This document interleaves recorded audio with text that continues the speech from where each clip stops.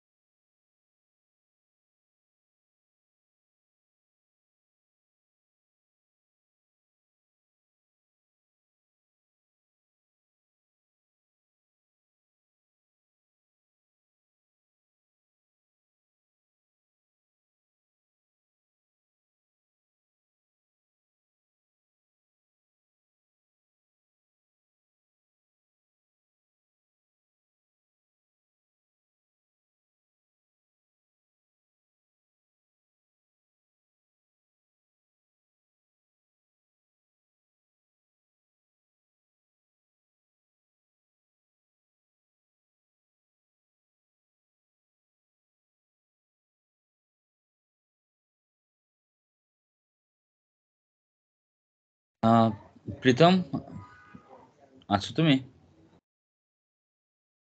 প্রীতম না, সরি প্রমিত, প্রীতম বলছি, প্রমিত।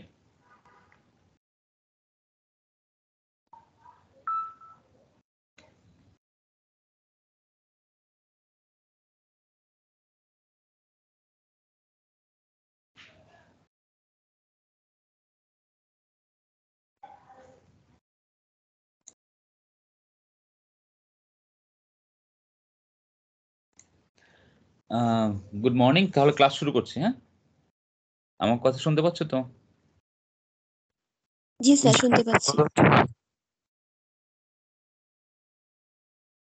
আচ্ছা, গুড মর্নিং। আজকে তোমাদের কি সকালে ক্লাস ছিল না 10টার সময়? স্যার এত না, early? 9টার দিকে ছিল, 9টার দিকে ছিল। ও আচ্ছা আচ্ছা, ঠিক আছে। আচ্ছা, আমরা তাহলে, আমি সরি আজকে আমি বাসায় নেই, আমি একটু বাইরে, যার জন্য আমার একটু অ্যাক্সেসটা একটু লিমিটেড। আমি চেষ্টা করব যতটুকু তোমাদেরকে করানো যায়।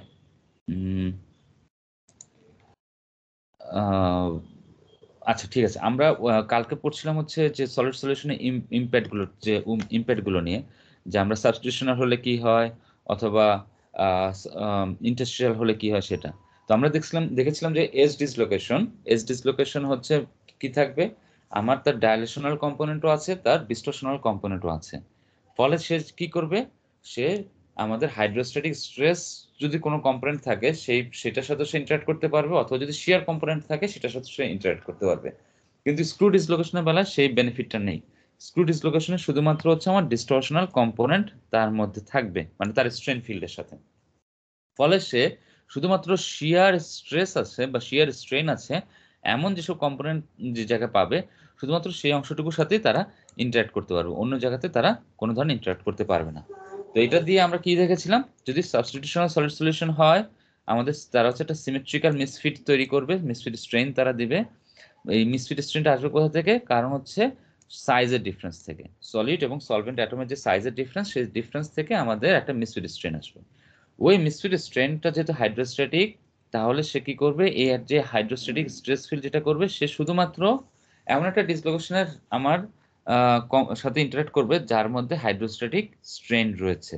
কোন টাইপের ডিসলোকেশন আমাদের হাইড্রোস্ট্যাটিক স্ট্রেন থাকবে? শুধুমাত্র এজ ডিসলোকেশন। তাহলে আমাদের এখানে তারা ইন্টারঅ্যাক্ট করবে হচ্ছে শুধুমাত্র এজ ডিসলোকেশনের সাথে। So so what will happen to screw dislocations?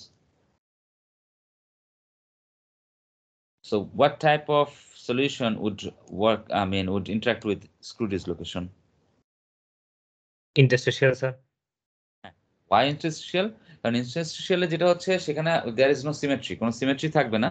So when there is no symmetry, so this asymmetrical যখন হবে, then they have both components, dilational component and হচ্ছে আরেকটা কি ছিল আমাদের, একটা ছিল dilational, আরেকটা কি ছিল distortional. So they can interact with both types of strain field or stress field. তাহলে সেই জন্য তারা কি করতে পারবে, আমাদের এই তারা স্ক্রু এজ ডিসলোকেশনের সাথে ইন্টারঅ্যাক্ট করবেই, একই সাথে তারা স্ক্রু ডিসলোকেশনের সাথেও তারা ইন্টারঅ্যাক্ট করতে পারবে। ফলে কি হচ্ছে, আমাদের ম্যাটেরিয়ালের ভিতরে যখন মুভমেন্ট হচ্ছে, এজ ডিসলোকেশন আমরা কি ছিল, তারা মুভ করতে করতে যখন স্লিপ প্লেনের উপরে একটা কোনো একটা বাধা পাবে, কোনো হিন্ড্রেন্স আসবে, তখন তারা কি করবে, থেমে যাবে। কারণ যদি থেমে যাবে তখন তার মুভ করতে হলে কি করতে হবে, ক্লাইম্ব করতে হবে। যদি রুম টেম্পারেচার হয়, ক্লাইম্ব করতে পারবে না, তাই না? কিন্তু স্ক্রু ডিসলোকেশনে কিন্তু এই টাইপের কোনো ধরনের বাধা নেই। তারা যদি কোনো ধরনের ইন্টারসেক্টিং প্লেন পায়, তাহলে ইন্টারসেক্টিং প্লেনে তারা কিন্তু ক্রস করে মুভ করে চলে যেতে পারবে। ফলে স্ক্রু ডিসলোকেশনের মুভমেন্টটা সেটা এবং স্ক্রু ডিসলোকেশনের কন্ট্রিবিউশন কিন্তু অনেক গুরুত্বপূর্ণ। সেই কারণে আমাদের সে ইন্টারস্ট্রিয়াল অ্যাটমে যদি সে বাধা দিতে পারে, তার মানে স্ক্রু ডিসলোকেশনের কম্পোনেন্টের কারণে কিন্তু আমাদের স্ট্রেংথের অনেক পরিমাণ আমাদের চেঞ্জ আসবে। তো তার একটা এক্সাম্পল হচ্ছে আমরা আয়রনের বেলায় দেখব। প্রথমে অবশ্য বিসিসি লেখাটা ঠিক হয়নি, আয়রনের বেলায় আমরা দেখব। আয়রনে মনে করো আমাদের জানি কি, আমাদের কিউবিকে আমরা দুটো টাইপের আমরা পড়েছি, একটা হচ্ছে অক্টাহেড্রাল ইন্টারস্ট্রিয়াল সাইড, একটা ছিল টেট্রাহেড্রাল, তাই না? বিসিসি অবস্থাতে কয়টা থাকে? অক্টাহেড্রাল মনে হয় 12টা মনে হয়, নাকি? যাই হোক, এটা পরে আসতেছি। তো মেইনলি হচ্ছে অক্টাহেড্রাল ইন্টারস্ট্রিয়াল সাইড যেটা থাকবে, কার্বন এবং নাইট্রোজেন, কার্বন হচ্ছে 0.7 এর মতো বা 71 ন্যানোমিটারের মতো নাকি 0.71 অ্যাংস্ট্রম 71 ন্যানোমিটার বা 77 ন্যানোমিটার, আর নাইট্রোজেন মনে হয় 71 ন্যানোমিটার। তো ওইখানে তারা হচ্ছে তারা অক্টাহেড্রাল সাইটগুলোতে তারা যাবে, টেট্রাহেড্রাল সাইটে তারা যাবে না। তো এখন যেটা এই যে অক্টাহেড্রাল সাইটে যখন তারা বসবে, তারা ওই জায়গাতে কি করবে, কিছু অ্যাটমগুলোকে তাদের সরাতে হবে। অক্টাহেড্রাল সাইটে হচ্ছে সে দুটো অ্যাটমকে ডিস্টর্ট করে সরাবে, আর যদি টেট্রাহেড্রাল সাইটে বসতো তাহলে চারপাশ থেকে চারটে অ্যাটমকে তাকে সরিয়ে তারপর তাকে বসতে হতো। সেজন্য সে টেট্রাহেড্রালে না যেয়ে সে অক্টাহেড্রালে যায়। অক্টাহেড্রালে যেও যখন তারা দুটো অ্যাটমকে সরাচ্ছে, দুটো অ্যাটমকে সরাচ্ছে, তখন আমাদের কি হবে, তখন একটা অ্যাসিমেট্রিক্যাল বা নন সিমেট্রিক্যাল একটা ডিস্টরশন সেই জায়গায় ক্রিয়েট হবে। ফলে ওই ডিস্টরশনটা যখন ক্রিয়েট হবে এবং তারা সাধারণত 100 ডিরেকশন, যেটা অক্টাহেড্রাল সাইটের মধ্যে 100 ডিরেকশন যেগুলো আছে ওই এজগুলোতে যে তারা বসবে, কার্বনগুলো, কার্বন বা নাইট্রোজেন বসলো, ওখানে একটা ডিস্টরশন তৈরি হলো। ডিস্টরশনটা হচ্ছে টেট্রাগোনাল টাইপের একটা ডিস্টরশন তৈরি হয়, মানে অক্টাহেড্রাল সাইটের ভিতরে যে ওখানে যে ডিস্টরশন যেটা হবে ওটা হচ্ছে আমাদের একটা টেট্রাগোনাল ডিস্টরশন। ওই ডিস্টরশনটা যখন হবে, ফলে সেই জায়গাতে একটা অ্যাসিমেট্রিক্যাল থাকবে। তাহলে কি করবে, বিসিসি বেলায় কার্বন অ্যাটম যখন যাবে, কার্বন অ্যাটমগুলো আমাদের এজ এবং স্ক্রু দুটো কম্পোনেন্টের সাথেই তারা কি করতে পারবে, ইন্টারঅ্যাক্ট করতে পারবে। এখন যখন তারা যদি কোনো কারণে যদি একটা সিমেট্রিক্যাল সাইটে যেয়ে বসে, এমন একটা স্ট্রেন ফিল্ডে যা তারা বসলো যে জায়গা হচ্ছে সিমেট্রিক্যাল, এটা কোথায় ঘটবে, যখন আমাদের আয়রনটা যখন আমাদের এফসিসি থাকবে, মানে অস্টেনেট থাকবে, তখন হচ্ছে আমাদের এই ঘটনাটা ঘটবে। তাহলে সিমেট্রিক্যাল হলে শুধুমাত্র হাইড্রোস্ট্যাটিক থাকবে, তার মানে শুধুমাত্র সে এজ ডিসলোকেশনের সাথে কন্ট্রিবিউট করবে। ফলে আমাদের অস্টেনেটটা কি হচ্ছে, কম্পারেটিভলি ডিসলোকেশন অ্যাক্টিভিটি সে জায়গায় আমাদের কি হচ্ছে, ইন্টারাকশন কম হচ্ছে। ডিসলোকেশন ইন্টারাকশন কম হওয়া মানে কি, সে তুলনামূলকভাবে আমাদের কি হবে, সফটওয়্যার হবে। ঠিক আছে, তাহলে আমরা এই কোশ্চেনটা আমরা অ্যান্সার দিতে পারবো, why iron FCC soft compare to BCC iron, এটা আমরা অ্যান্সার দিতে পারবো না। আচ্ছা, তাহলে এখন আরেকটা আমাদের আমরা জানি, বিসিসির তুলনায় এফসিসিতে আয়রনের কার্বনের সলিবিলিটি অনেক বেশি, রাইট? কেন, আমাকে কে বলতে চাও? বিসিসির তুলনায় এফসিসিতে আয়রনের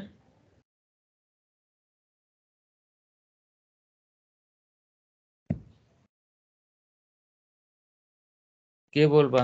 এখন তো রোল নাম্বার দেখে বলি।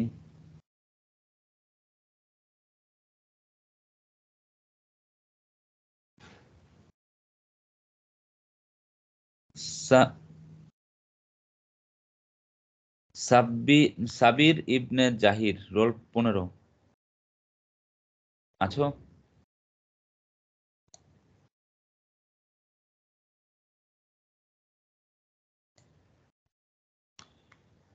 এই এক অনলাইনে সমস্যা, চুপ করে বসে থাকবে। এই প্রীতম, প্রমিত, প্রমিত,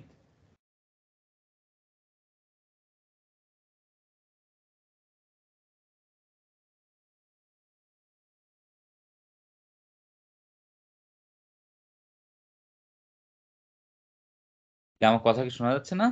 হ্যালো, জিতে শোনা শোনা যাচ্ছে যাচ্ছে স্যার। স্যার। হ্যাঁ, রোল 40, তাহলে উত্তর দাও। প্রশ্ন কি করলাম? এফসিসিতে আমাদের কার্বন কেন বেশি যায়, কার্বন কেন বেশি, মানে এফসিসিতে আমাদের সলিবিলিটি বেশি কেন, কত 0.21 এর মতো না, সরি 2.1 এর মতো না সলিবিলিটি ম্যাক্সিমাম, আর যেখানে বিসিসি আয়রন ম্যাক্সিমাম সলিবিলিটি হচ্ছে 0.02, আর রুম টেম্পারেচার হচ্ছে পয়েন্ট কত 0005 এর মতো। কারণটা কি? জি স্যার, কারণটা হচ্ছে স্যার এফসিসি তে হচ্ছে যে ভয়েড থাকে, সেই ভয়েডের হচ্ছে রেশিওটা 0.414 থাকে। আর হচ্ছে আমার বিসিসি যেটা পাই সেটা হচ্ছে এর থেকে কম। এই জন্য আর কি কার্বন অ্যাটমটা বেশি হচ্ছে এফসিসি তে বসতে পারে ভালো মতো।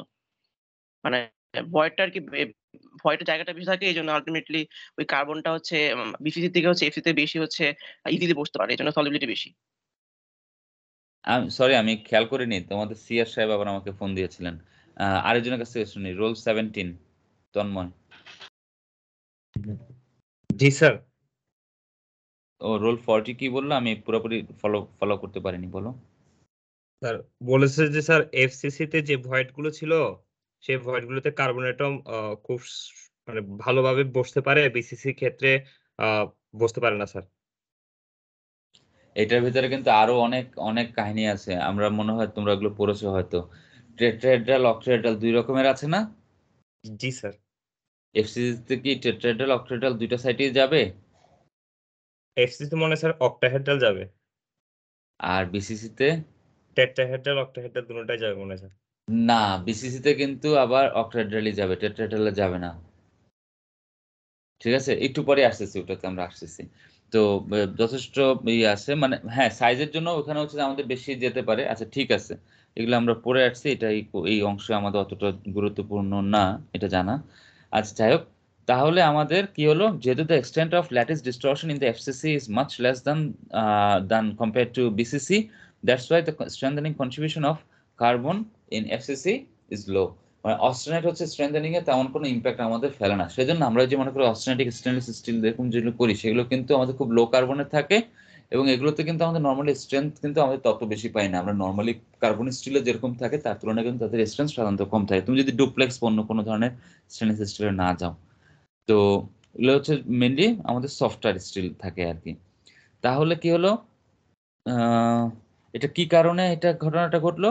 একটাই কারণ হচ্ছে strain field as surrounding the interstitial atom site is symmetrical in FCC, আর বিসিসিতে সেটা হচ্ছে নন সিমেট্রিক্যাল।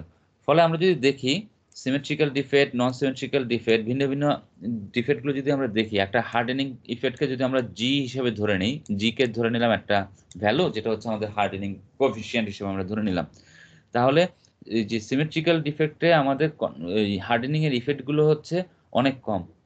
দেখো এটা হচ্ছে তার ফ্র্যাকশন 1/10 অথবা 1/20 বা 100 এরকম।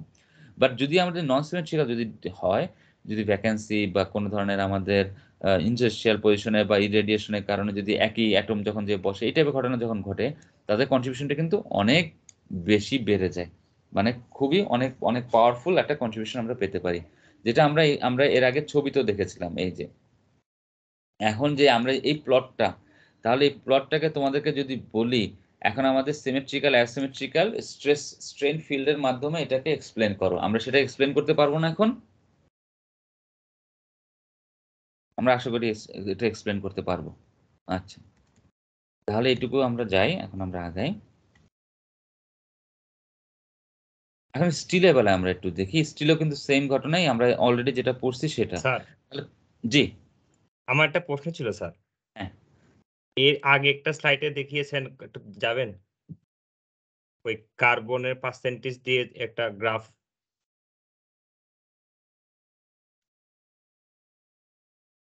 এটা এটাতে স্যার, এখানে স্যার যদি কার্বনের পার্সেন্টেজ বাড়ে তাহলে স্যার আমরা বলছি না স্ট্রেস বাড়ছে? হ্যাঁ তা স্ট্রেস বাড়লে তো স্যার শক্ত হওয়ার কথা। হ্যাঁ, তো স্যার অস্টেনাইটে তো অস্টেনাইটে স্যার, অস্টেনাইটে তো কার্বনের পরিমাণ স্যার বেশি না? হ্যাঁ কার্বন বেশি, কিন্তু কার্বন তো সেখানে রিল্যাক্সড অবস্থাতে আছে। কার্বন সেখানে তো রিল্যাক্সড অবস্থাতে আছে, তার সেখানে শুধুমাত্র এস ডিসোসিয়েশনের সাথে ইন্টারাকশন করতে পারতেছে। বিসিসিতে যখন থাকবে, তখন হচ্ছে সে এজ এবং স্ক্রু দুইটা কম্পোনেন্টের সাথে সে ইন্টারাক্ট করতে পারবে। যত ইন্টারাকশন বেশি হবে তত তোমার স্ট্রেস বাড়বে। মানে শুধু অস্টেনাইট দিয়ে যদি থাকে তখন ইন্টারাকশন, কার্বন যদিও বেশি কিন্তু সে হচ্ছে symmetrical stress field. Symmetrical stress field হওয়ার জন্য শুধুমাত্র এস ডিসোসিয়েশনের সাথে তার ইন্টারাকশন হবে, সে অবশ্যই স্ট্রেংথ বাড়াবে, কিন্তু বিসিসির মতো বাড়াবে না। আচ্ছা, আচ্ছা। না স্যার আমি বলছি যে স্ট্রেন্থ বাড়ালে সফট হার্ড থিঙ্ক করছি তো মানে তাই বললাম যে। হ্যাঁ, মানে এখন হচ্ছে যে সফট হার্ড আসতেছে ওই দুইটার মাঝখানে যখন কম্পেয়ার করব, ওই দুইটার মাঝখানে হচ্ছে অস্টেনাইট হচ্ছে লেস হার্ডার, ওকে? সফট বাদ দিলাম, তাহলে যদি বলি লেস হার্ডার মানে ওইটার মধ্যে অস্টেনাইট অত আমাদের হার্ড থাকবে না, সেজন্য এটা হচ্ছে সফট বলা হচ্ছে আর কি। কারণ সে ওই স্ট্রেংথেনিং এ তার কন্ট্রিবিউশন খুব অলমোস্ট খুবই কম থাকবে। ওই যে আমরা যেরকম দেখলাম না, এই যে এখানে একটা ওই যে জি ধরে যেটা ধরলাম যে একটা কোএফিসিয়েন্ট যদি আমরা চিন্তা করি, এখানে দেখো এখানে আয়রন হচ্ছে আমাদের আচ্ছা এখানে ওইভাবে করে আয়রনেরটা দেওয়া নেই, ইনসেস্ট্রিয়াল কার্বন হিসেবে দেওয়া আছে, কিন্তু এগুলো রুম টেম্পারেচারে রাখি। অস্টেনাইট অবস্থাতে কি হবে সেটা এখানে নাই, অনেক কম। মনে করো ওই যে সাবস্টিটিউশনাল টাইপের যেরকম না ওরকম হবে, খুব বেশি স্ট্রেংথেনিং সে খুব বেশি দিবে না। মনে করো রুম টেম্পারেচারের বেসিসে যেটা হবে, কারণ সেখানে আমাদের ওই জায়গাতে আমাদের হচ্ছে স্ট্রেন ফিল্ডটা হচ্ছে আমাদের দুইটা কম্পোনেন্ট এজ এবং স্ক্রুর সাথে রিঅ্যাকশন করছে। তুমি ধরে নাও যদি 50-50 ধরে নিলাম, এজ ডিসলোকেশন 50% আছে, স্ক্রু আছে 50%, হ্যাঁ? তাহলে জি স্যার। অস্ট্রেলিয়াতে কি হচ্ছে 50% ইন্টারাকশন হবে, আর বিসিসিতে কি হবে তখন 100% আমাদের ইন্টারাকশন হবে। তার মানে কি ওখানে স্ট্রেংথেনিং হাফ থাকবে বিসিসির তুলনায় অ্যাটলিস্ট, তাই না? সেটা জি স্যার। আচ্ছা, মানে বুঝতে আমার পারছি। কার্বন থাকলে আমার স্ট্রেস বাড়ে, কেন বাড়ে? যখন ইন্টারাকশন করে তখন, যদি ইন্টারাকশন যদি তুমি সরাই ফেলতে পারো তখন তো স্ট্রেংথ সে বাড়াবে না, ঠিক আছে, তখন বুঝতে সে পারছি হচ্ছে স্যার। সাবস্টিটিউশনালের মতোই কাজ করবে। আচ্ছা, তাহলে আমাদের কি, এই যে আমরা জানি বাঁ দিকের ছবিটা হচ্ছে কি আমাদের এফসিসি তে একটা অক্টোহেড্রাল, আর ডান দিকের ছবিটা হচ্ছে বিসিসি তে একটা আমাদের অক্টোহেড্রাল সাইট। তো এইগুলোতেই আমাদের হচ্ছে কার্বন অ্যাটম গুলো বসে তারা হচ্ছে আমাদের হয় যদি আইসোট্রপিক হয় বা তাহলে হাইড্রোস্ট্যাটিক কম্পোনেন্ট ক্রিয়েট করবে, যদি ওটা যদি অ্যাসিমেট্রিক্যাল হয় বা সিমেট্রি যদি না থাকে তখন সে আমাদের কি করবে, তখন হচ্ছে আমাদের একটা সাইড, তখন সে ডিস্টরশনটা এখানে বেশি তৈরি করবে। ডিস্টরশনটা, আচ্ছা এই প্রবলেমটা পরে আসতেছি। ডিস্টরশনটা বেশি তৈরি করবে মানে কি, এই যে দেখো কার্বন অ্যাটম গুলো, এই যে 100 গুলো ডিরেকশন গুলো আছে না, 100 এইখানে যে আমাদের কার্বন অ্যাটম গুলো বসলো মনে করো, এই কার্বন অ্যাটম গুলো এই সরি এই সাইড গুলোর আশপাশে যে বসলো, এই যে কালো এই যে এইগুলো, যে সে যখন যে বসলো, যখন বসে এই জায়গাতে সে একটা ডিস্টরশন ক্রিয়েট করবে। মনে করো একটা সে অক্টেড্রাল সাইডে যে বসে সেই জায়গাটাতে একটা লোকালি একটা স্ট্রেস ফিল্ড ক্রিয়েট যেটা করবে, ওই স্ট্রেস ফিল্ডটা হচ্ছে টেট্রাগোনাল টাইপের। ওটা হিসাব করে দেখা যাচ্ছে ওটা টেট্রাগোনাল টাইপের একটা ডিস্টরশন সে ক্রিয়েট করছে অক্টেড্রাল সাইডে সে যখন যে বসতেছে। এই ডিস্টরশনের কারণে ওই জায়গাতেই আমাদের একটা ডিস্টরশনাল মিসফিট তৈরি হলো টেট্রাগোনাল টাইপের। আর তার অলরেডি তো আমাদের ডাইলেশনাল তো আছেই। তো এগুলো সবকিছু মিলিয়ে তখন হচ্ছে যে তার ইন্টারাকশনটা অনেক স্ট্রং থাকে যখন সে বিসিসি কন্ডিশনে থাকবে, ঠিক আছে? সরি, যখন সে আমাদের ইসে যে বসবে, কি বলে, যখন সে ইন্টারস্ট্রিয়াল সাইটে যে বসবে, সেটা এফসিসি না বিসিসি ওইভাবে করে আলাদা করে না বলি আর কি, যদি জাস্ট শুধু বিসি মানে ইন্টারস্ট্রিয়াল পজিশনের কথা বলি, তাহলে মানে সাবস্টিটিউশনের সাথে কম্পেয়ার করার জন্য। সাবস্টিটিউশনে আমাদের কি হচ্ছে, হিউম রদারি লর কারণে যে ইম্প্যাক্ট আসবে সেইটুকুই আসবে। এই জন্য সাবস্টিটিউশনাল সলিড সলিউশনের জন্য যে স্ট্রেংথেনিং আমরা পাচ্ছি সেটা হচ্ছে খুবই অল্প পরিমাণ। আমরা দেখলাম কি, যদি একটা স্ট্রেংথেনিং কোএফিসিয়েন্ট জি ধরি তার 1/10 100 বা আরো কম এরকম। সেজন্য সলিড সলিউশন, সাবস্টিটিউশনাল সলিড সলিউশন দিয়ে আমরা স্ট্রেংথেনিং খুব বেশি কখনোই আমরা এক্সপেক্ট করব না। তখন আমাদের কি হবে, সেখানে তুমি যে রিক্রিস্টালাইজেশন করে গ্রেন সাইজ কমানো, অথবা তুমি যদি প্রেসিপিটেশন করে এজ হার্ডেনিং করো, প্রেসিপিটেশন হার্ডেনিং করো, সেগুলো থেকে স্ট্রেংথ আনতে হবে। কিন্তু তুমি যদি ইন্টারস্ট্রিয়াল অ্যাটমে বসাতে পারো তাহলে তুমি স্ট্রেংথ অনেক বাড়াতে পারবে। শুধু সাবস্টিটিউশন করে স্ট্রেংথ তুমি কখনোই তেমন বাড়াতে পারবে না। এখন একটু ব্যাক করি, একটা প্রবলেম, এই প্রবলেমটা এটা তোমরা নিজেরাই করে নেবা। একটা এফসিসি আয়রনে কার্বনগুলো অক্টেড্রাল কোন পজিশনে আছে সেটা বলে দেওয়া আছে। তারপর হচ্ছে বিসিসি তে আয়রনে কোন কোন টেট্রাহেড্রাল কোন সাইডে যাচ্ছে সেটা এখানে বলে দেওয়া আছে, একটা টেট্রাহেড্রাল সাইডে যাচ্ছে বলে দেওয়া হলো সবকিছু। ল্যাটিস প্যারামিটার এফসিসি আয়রনের বিসিসি আয়রনের সবকিছু বলে দেওয়া আছে, অ্যাটমের কার্বন অ্যাটমের রেডিয়াস বলে দেওয়া আছে। এখন কোন জায়গাতে তোমার ডিস্টরশন তুমি বেশি হবে এসিসি অথবা বিসিসি তে, সেটা তোমাকে ক্যালকুলেট করে বের করতে হবে। আর হচ্ছে কোন সাইটে আমাদের কার্বন কতটুকু যাবে সেটুকু আমাদের বের করতে হবে। এটা প্রবলেম সলিউশন করে দেওয়া আছে এখানে, এটা তোমরা নিজেরাই এটা করে নেবা। তো এই টাইপের প্রবলেমে হয়তো মনে করো আমরা ভালো মতো আমাদেরকে প্র্যাকটিস করতে হবে। আমি তোমাদেরকে আরো কিছু একটা টিউটোরিয়াল সামনে একটা নেব, এটা শেষ হয়ে গেলেই লাস্ট ক্লাসটা টিউটোরিয়াল হবে আবার, ওখানে আমি তোমাদেরকে আরো কিছু প্রবলেম দিয়ে দেবো। আচ্ছা, তাহলে এখন আমরা এই কোশ্চেনটা আমরা অ্যান্সার কি আমরা এখন চিন্তা করি তাহলে। why carbon fits in octahedral void even though tetrahedral void is larger in BCC? একটু আগে বলছিলাম না, আমাদের এফসিসি তে আমরা জানলাম যে অক্টাহেড্রালে যাচ্ছে, অক্টাহেড্রাল বড়, তাই না? এফসিসি তে অক্টাহেড্রাল হচ্ছে টেট্রাহেড্রাল থেকে বড়, তাই না? এটা তো আমরা জানি। এখন বিসিসি তে কি হয়, বিসিসি তে বড় কে? টেট্রাহেড্রাল হচ্ছে সাইজ বড়, কত 0.414 বা এরকম কি যেন একটা, না মনে আছে কারো? স্যার রেশিওটা ছিল 0.414 0.414 414 মনে হয় এফসিসি তে, তাই না? এফসিসি জি 414 স্যার। আর হচ্ছে এফসিসি অক্টাহেড্রাল, জি স্যার, আর বিসিসির অক্টাহেড্রাল হচ্ছে তোমার 0.15, রেশিওটা জি হচ্ছে স্যার, হ্যাঁ, 1.14 আর সামথিং। হচ্ছে 0.29 হচ্ছে তোমার টেট্রাহেড্রাল হচ্ছে বিসিসি বেলায় টেট্রাহেড্রাল হচ্ছে 0.29 আর আর 0.15 বা 1415 হচ্ছে 0.15 হচ্ছে টেট্রাহেড্রাল, সরি অক্টাহেড্রাল। তারপরও কিন্তু অক্টাহেড্রালেই কিন্তু আমাদের কার্বন অ্যাটম গুলো যাচ্ছে কেন? প্রশ্নটা বুঝে গেছে? এফসিসির বেলায় আমাদের এফসিসির ভয়েড যদি চিন্তা করি, এফসিসি টেট্রাহেড্রালের ভয়েডের সাইজ হচ্ছে আমার 0.225, তাই না? আর হচ্ছে অক্টাহেড্রাল হচ্ছে 0.414। তার মানে কি অক্টাহেড্রাল বড়, তার মানে বড় জায়গাতে কার্বন অ্যাটম যে আমাদের আরাম করে বসতে পারবে, তাই না? যার যার যার সাইজ হচ্ছে 0.71 বা 0.77 ন্যানোমিটার, সরি 77 ন্যানোমিটার বা 0.77 অ্যাংস্ট্রম, তো ঝামেলা না করি। তাহলে হচ্ছে কি হলো, তার মানে বড়কে এফসিসিতে বড়কে অক্টাহেড্রাল না, তাহলে অক্টাহেড্রালে যে সুন্দর করে সে আরাম করে বসে যেতে পারে। আর বিসিসির বেলায় অক্টাহেড্রালের সাইজ হচ্ছে ছোট 0.15, আর টেট্রাহেড্রালের সাইজ হচ্ছে 0.29, তখন অলমোস্ট ডাবল, তাই না টেট্রাহেড্রাল? তারপরও বিসিসিতে কার্বন কেন অক্টাহেড্রালে বসে, টেট্রাহেড্রালে বসে না?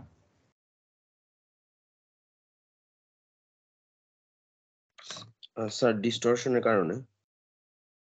কে বলে কথা? সরি, আমার হচ্ছে যে আমার আজকে ডাবল মনিটর নেই, আমি একটা মানে ল্যাপটপে বসে আছি পুরোনো একটা। কে কথা বলো? স্যার সিয়ার স্যার সাহেব? প্রমিত স্যার। জি স্যার। আচ্ছা, হ্যাঁ ডিস্টরশন তো বুঝলাম। আচ্ছা, আর একটু কি আমাদেরকে কি কিছু বলা যাবে এর সাথে? এই তোমাদের আজকে অ্যাটেন্ডেন্স কম কেন? অনলাইন ক্লাসও নাই, বলো রিজনটা বলো।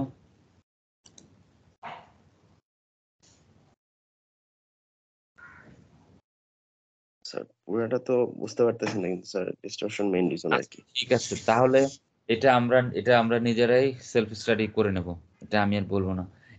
আচ্ছা, শুধু একটা বলে দেই, ওই যদি টেট্রাহেড্রালে বসতে হয়, যদিও বড়, ওই কার্বন অ্যাটমকে আশেপাশে নেইবার অ্যাটম থাকবে 4টা, আর অক্টাহেড্রালে নেইবার অ্যাটম থাকবে হচ্ছে 2টা, মানে 2টাকে ঠেলে সে বসবে, আর টেট্রাহেড্রালে হচ্ছে 4টাকে ঠেলে বসবে। ঠিক আছে, বাকিটুকু তোমাদের নিজেদের স্টাডি করে নিতে হবে। এটা কি হোমওয়ার্ক টাইপের কিছু একটা দেবো প্রমিত? স্যার দিতে পারেন স্যার। হোমওয়ার্ক দিলে তো আবার তোমরা মার্কস দাবি করবা। জি স্যার, সেটা তো স্যার একটু চাই আমরা। কারণ আমি এই চ্যাপ্টারের উপরে আর আর আচ্ছা, এই চ্যাপ্টারের উপরে ছোটখাটো আমরা একটা অ্যাসাইনমেন্ট আমরা একটা করতে পারি হয়তো। আচ্ছা না, দেবো না, এটা তোমরা নিজেরা একটু একটু দেখে নিও তাহলে। ঠিক আছে, মানে why carbon fits in octahedral voids even though tetrahedral voids are larger in BCC। FCC তে জাস্ট উল্টো, FCC তে octahedral সাইড হচ্ছে আমাদের 0.414 টাইমস রেশিও রেডিয়াস, আর ওইটা কত, এটা হচ্ছে 0.225, তাই না tetrahedral? So it explains that, I mean it should go to octahedral side. But when we are in BCC আয়রনের বেলা কি হচ্ছে, ফেরাইটে, তখন আমাদের কি করছে, কার্বন যদি ছোটটার মধ্যে যেয়ে বসতেছে কেন? ঠিক আছে, নেক্সট ক্লাসে জিজ্ঞাসা করবো না। তাহলে এটা তো আমরা জানি, এটা আমরা পড়ে আসতেছি, এটা এমনি জাস্ট এটা দিছি আর কি, একটু জাস্ট একটু ব্রেন স্টর্মিং এর জন্য। Why solubility of carbon is more in FCC than in BCC even though FCC is more close back? এটার উত্তর আমরা জানি না। মানে FCC তে কত 74% না, আর BCC তে কত 68%। তারপরও কার্বন কেন মোর সলিউবল ইন FCC, সলিবিলিটি বেশি কেন FCC তে?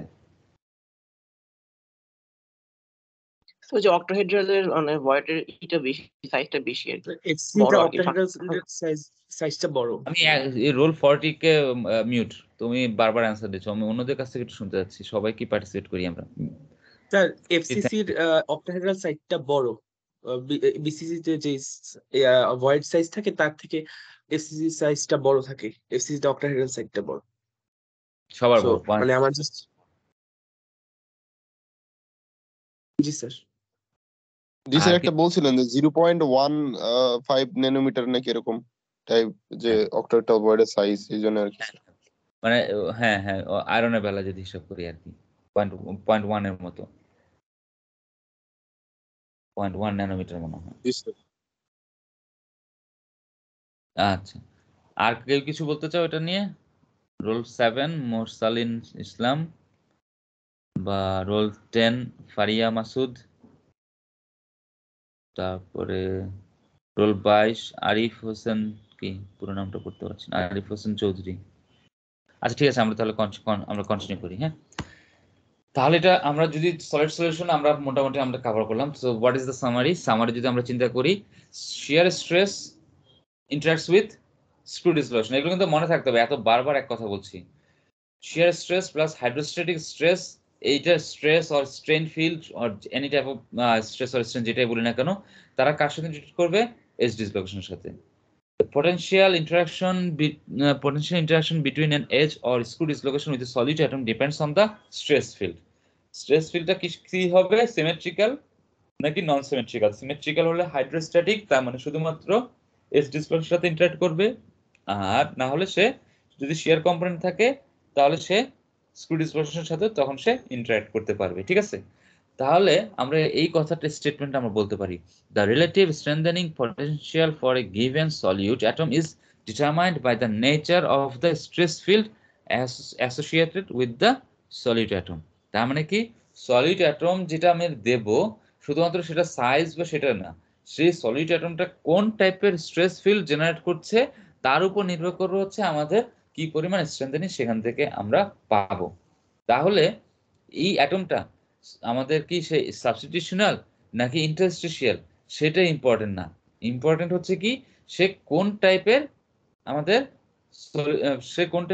স্ট্রেস ফিল্ড আমাদেরকে সেখানে জেনারেট করবে বা ইনডিউস করবে, সেটার উপর আমাদেরকে নির্ভর করবে। ঠিক আছে, সেটার উপর নির্ভর করবে আমাদের কি টাইপের আমাদের স্ট্রেংথেনিং আমরা কন্ট্রিবিউশন আমরা পাবো। তাই সবসময় যে ইন্টারস্টিশিয়াল হলেই যে সবসময় যে আমরা অ্যাসিমেট্রিক্যাল হবে, নট নেসেসারিলি। তাই আমার হচ্ছে যে ইন্টারস্টিশিয়াল হলেই আমরা বলতে পারবো না যে সে স্ট্রেংথেনিং এ কন্ট্রিবিউট করছে বেশি। তা আমাদের কিভাবে করে আমরা এই কথাটা বলবো? কথাটা বলতে হবে হচ্ছে ওখানে কি টাইপের স্ট্রেস ফিল্ড তৈরি হচ্ছে, ডাইলেশনাল নাকি ডিস্টরশনাল, সেটার উপর নির্ভর করবে আমাদের এই ইমপ্যাক্ট গুলো। দেখো এখানে নিকেলের মধ্যে ইন্টারস্টিশিয়াল কার্বন যদি থাকে তারপরে কিন্তু কন্ট্রিবিউশন অনেক কম, G/10, মানে জি এর 10/1 তাই না? তো সব সময় যে আমাদের এটা ঘটবে নট নেসেসারি। তাই আমার পরীক্ষা যদি তোমাদেরকে প্রশ্ন করা বলা হয়, প্রশ্নটা যদি এভাবে করে বলা হয়, the relative strengthening potential for a given solid atom is determined by the nature of the stress field associated with the solid atom, not whether the solid atom is substitutional or interstitial type। এবং তখন বলা হলো যে explain in terms of giving some real life example। তাহলে আমরা কি করতে হবে, এই যে এরকম কিছু এক্সাম্পল দিয়ে স্ট্রেস ফিল্ড স্ট্রেন ফিল্ড দিয়ে আমাদের পুরো কথাটা আমাদের তখন এক্সপ্লেন করতে হবে, তাই না? এবং আমরা তখন এসব প্লটও আমরা চাইলে দুই একটা দিয়ে দিতে পারি, যে কার্বনের আয়রনের মধ্যে কার্বন অথবা নাইবিয়ামের মধ্যে নাইট্রোজেন, তারা দুইটা হচ্ছে ইন্টারস্টিশিয়াল পজিশন থেকে তারা খুব ভালো রকম স্ট্রেংথেনিং এ কন্ট্রিবিউট করতে পারে। এইভাবে করে আমরা এক্সপ্লেন করে সুন্দর করে দিয়ে দিলাম। তাহলে এখন আমরা আসি আমাদের নেক্সট অংশে আসি। আচ্ছা জাস্ট 10 সেকেন্ডস।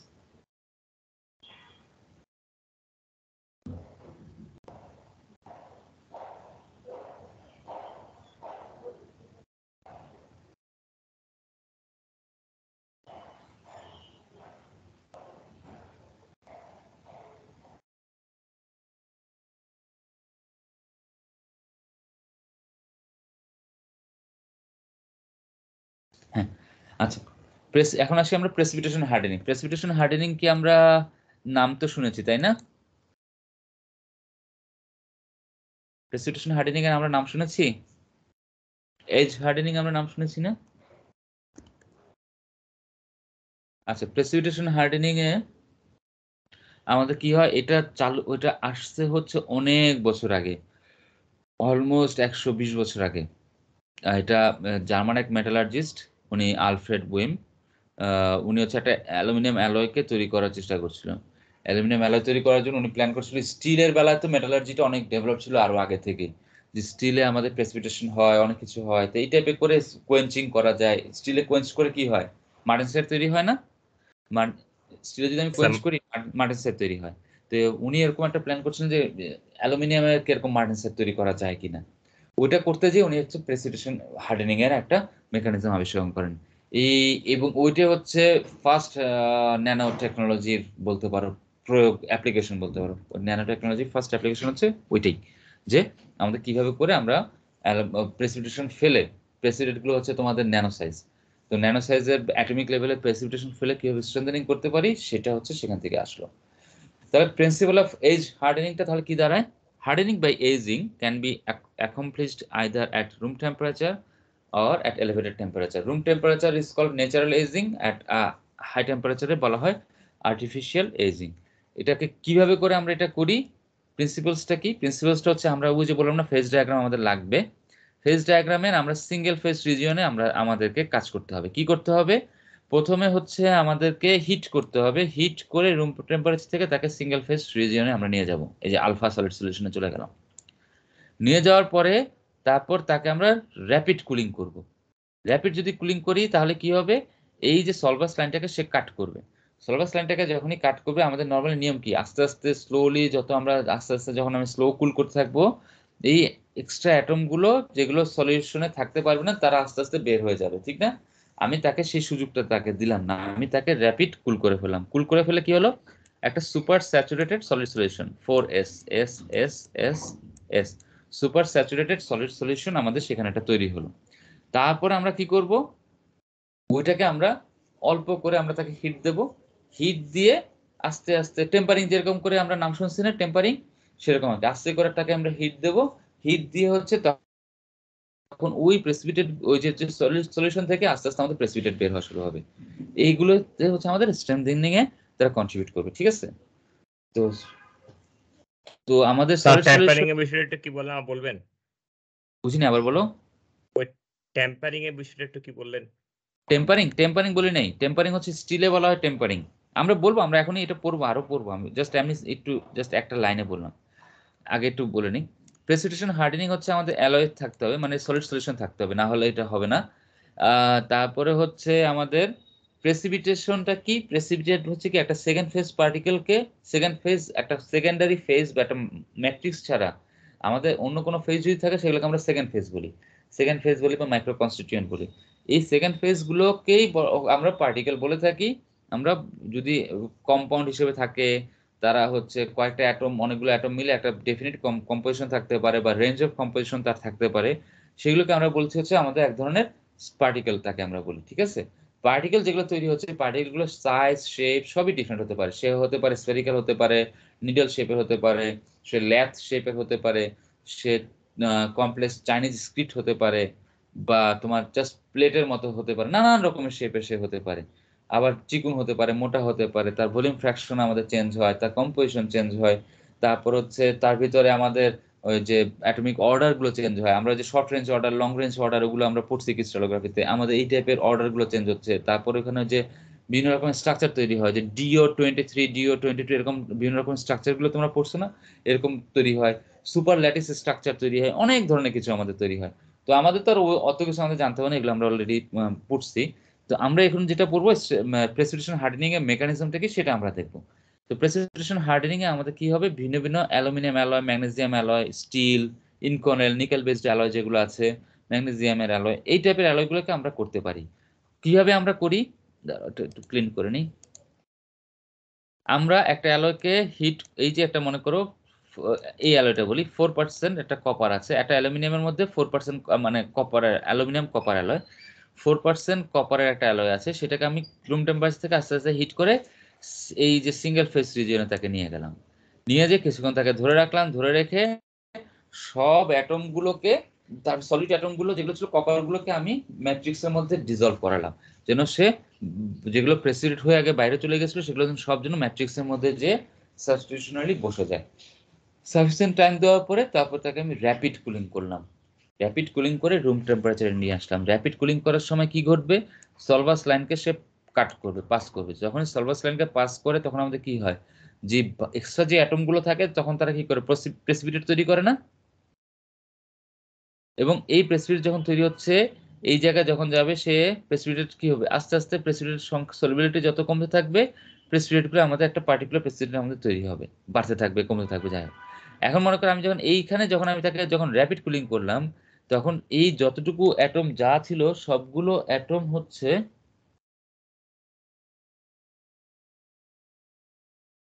সবগুলো অ্যাটম আমাদের সলিড অ্যাটমগুলো ওই ম্যাট্রিক্সের মধ্যে ট্র্যাপড হয়ে থেকে গেল, ওই অবস্থাতেই সে আমাদের রুম টেম্পারেচার চলে আসলো। এখন এখানে মনে করো সলিবিলিটি হচ্ছে মনে করো 4% কপার থাকতে পারবে এই 500 ডিগ্রিতে।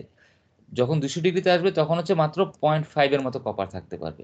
রুম টেম্পারেচারে মনে করো 0.1%-এর মতো কপার থাকতে পারবে। কিন্তু আমি সুপার র্যাপিড কুলিং করে আমি কি করলাম, আমার ম্যাট্রিক্সের মধ্যে 4% কপারই আমি রেখে দিলাম।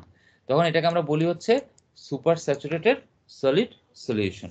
তো এই সুপার স্যাচুরেটেড সলিড সলিউশন আমাদের তৈরি হলো যার ভিতরে অনেক বেশি পরিমাণে আমাদের কার্বনের যে আমাদের সলিড অ্যাটম রয়ে গেল।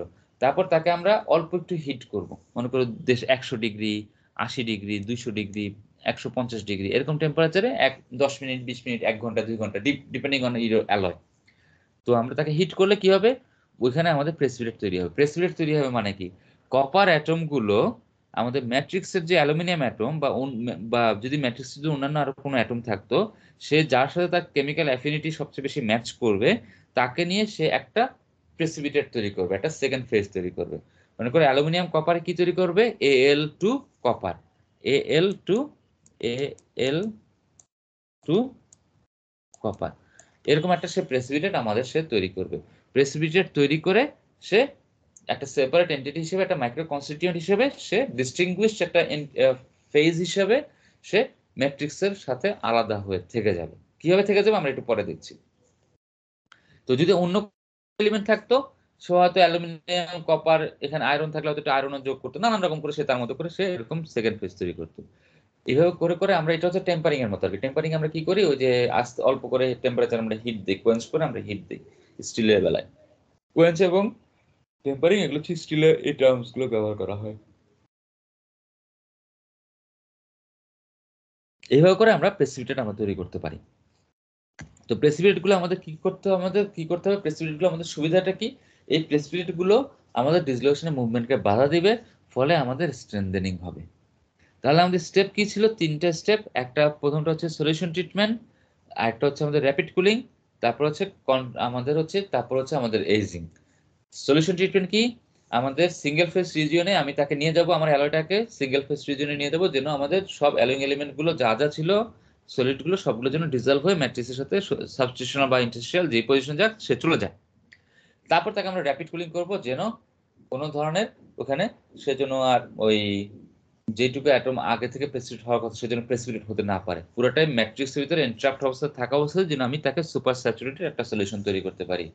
সুপার স্যাচুরেটেড সলিউশন যে অতিরিক্ত দ্রবণ, ঠিক না, আমরা বেশি পরিমাণ যদি থাকে সলিড তখন যেটা ইকুইলিব্রিয়াম থেকে। তারপর তাকে হচ্ছে যে ওই সলিড সলিউশন যেটা তৈরি করলাম সেটাকে আমরা ডিকম্পোজ করব কিভাবে, স্লোলি আমরা ভিন্ন ভিন্ন টেম্পারেচারে তাকে হিটিং করে। তাহলে যখন আমাদের ওই সলিড সলিউশন যখন স্লোলি হিটিং করব সুপার স্যাচুরেটেড সলিড সলিউশন, তখন সেখানে 3টে স্টেপ থাকে, সাধারণত 3 স্টেপ সেই জায়গায় থাকবে। প্রথম স্টেপ যেটা, সেখানে বলা হচ্ছে জিপি জোন তৈরি হয়। যে জিপি জোনটা কি, গার্নিয়ার প্রেস্টন জোন তারা তৈরি করা হয়। প্রথমে গার্নিয়ার প্রেস্টন জোন তৈরি করে, তারপর হচ্ছে ইন্টারমিডিয়েট প্রেসিপিটেট তৈরি করে, তারপর হচ্ছে ফাইনালি ইকুইলিব্রিয়াম প্রেসিপিটেট তৈরি করে। ঠিক আছে, তো প্রেসিপিটেট যেটা জিপি জোনটা কি, মনে করো অ্যালুমিনিয়াম, এগুলো হচ্ছে অ্যালুমিনিয়ামের মধ্যে মনে করো একটু এই যে এরকম করে কিছু কপার আছে, অ্যালুমিনিয়ামের মধ্যে কিছু কপার আছে। এইটার মধ্যে তারা কি করবে, এই মনে করো 30 থেকে 40টা, 20 থেকে 30টা, 10 থেকে 20টা এরকম অ্যালুমিনিয়াম এবং কপারের অ্যাটম নিয়ে তার একটা লেয়ার নিয়ে সে একটা জোনের মতো তৈরি করবে। এই জোনটাকে বলা হচ্ছে GP zone, Garnier Preston zone. দুইজন ভদ্রলোকের নাম, একজনের নাম গার্নিয়ার, একজন হচ্ছে প্রেস্টন, তাদের নামে এটা করা হয়েছে।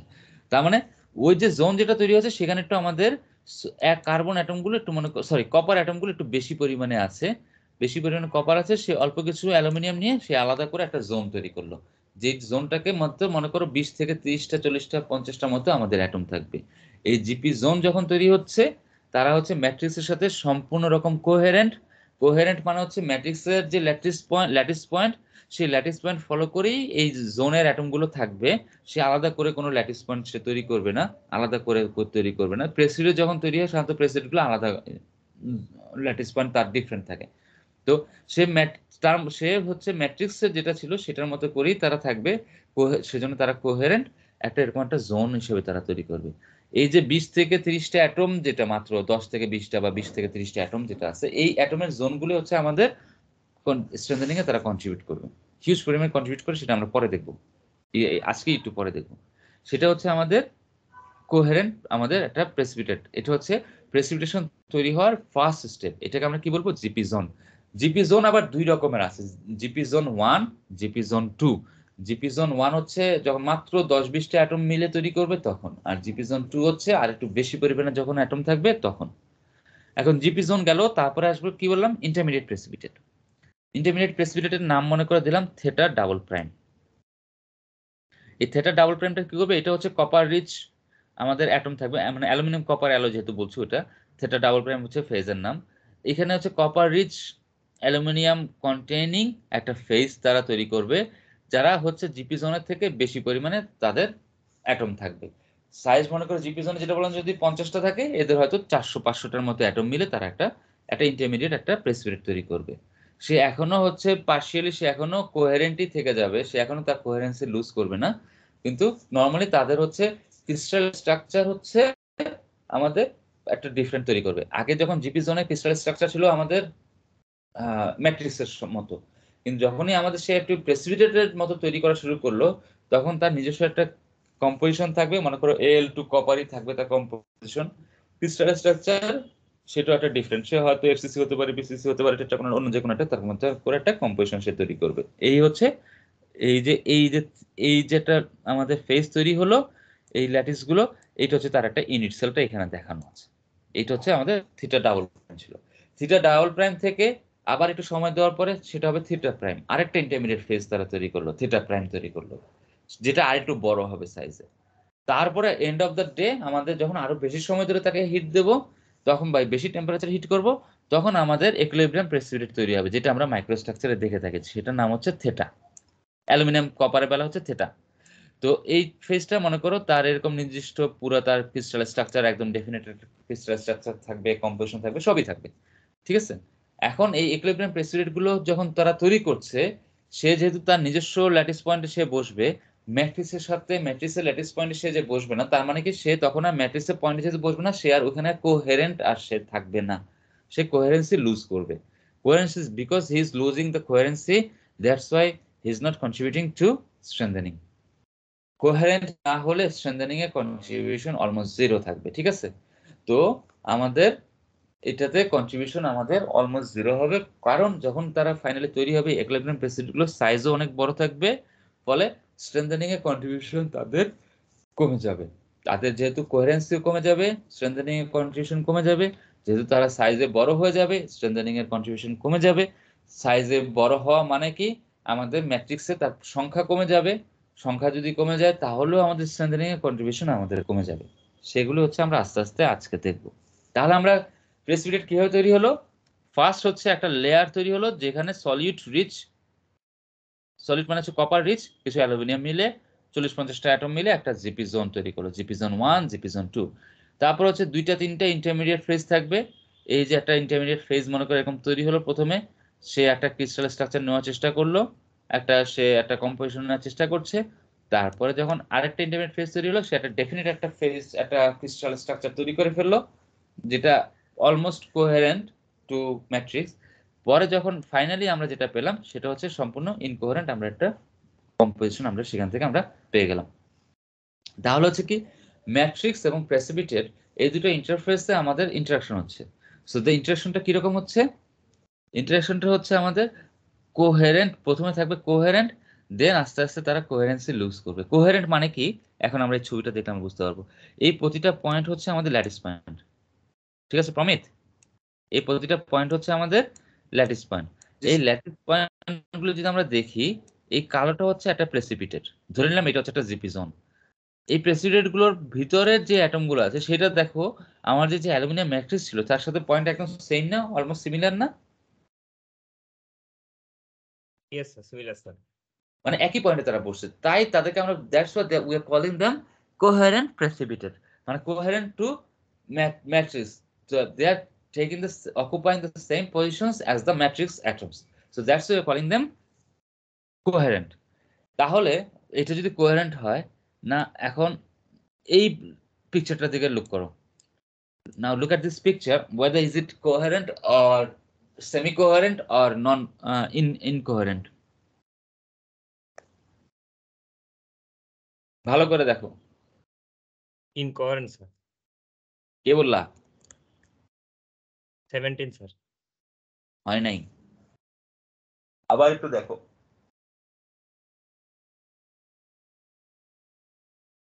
সেভেন্টিন তো ক্লাসে কথা বলো না, এখানে তো অনেক কথা বলছো দেখি। ক্লাসে রেসপন্স করো না কেন তাহলে? আর কেউ কিছু বলবে? সেমিকোয়ারেন্ট হবে স্যার। হ্যালো, সেমিকোয়ারেন্ট। ক্যাম্পাসে যাব। সারা ধরনের তিনটা ছেলে ছিল, একটা হচ্ছে কোহেরেন্ট, ইনকোহেরেন্ট বাদ দিলাম, সেমি কোহেরেন্টও যদি না বলি তাহলে আর ক্যান্সার তো আর একটাই থাকে, তাই কি? আচ্ছা তোমার কাছ থেকে না, অন্য কারো কাছ থেকে শুনছি। আর কেউ কিছু বলবে? স্যার এটা তো কোহেরেন্টই লাগছে প্রেসিপিটেটটা এখনো, কত অথবা সেমি রোল? কোহেরেন্ট হতে পারে রোল স্যার। 9। Sir roll 9। কেন কোহেরেন্ট লাগছে একটু এক্সপ্লেন করো। স্যার প্রেসিপিটেটটার ভেতরের পজিশন গুলা এখনো ল্যাটিস পয়েন্টের সাথে একই ওরিয়েন্টেশনে লাগছে, তাই স্যার। হ্যাঁ এক্স্যাক্টলি, এটা হচ্ছে অ্যান্সার। এটা এখনো কোহেরেন্ট। কোহেরেন্ট কেন?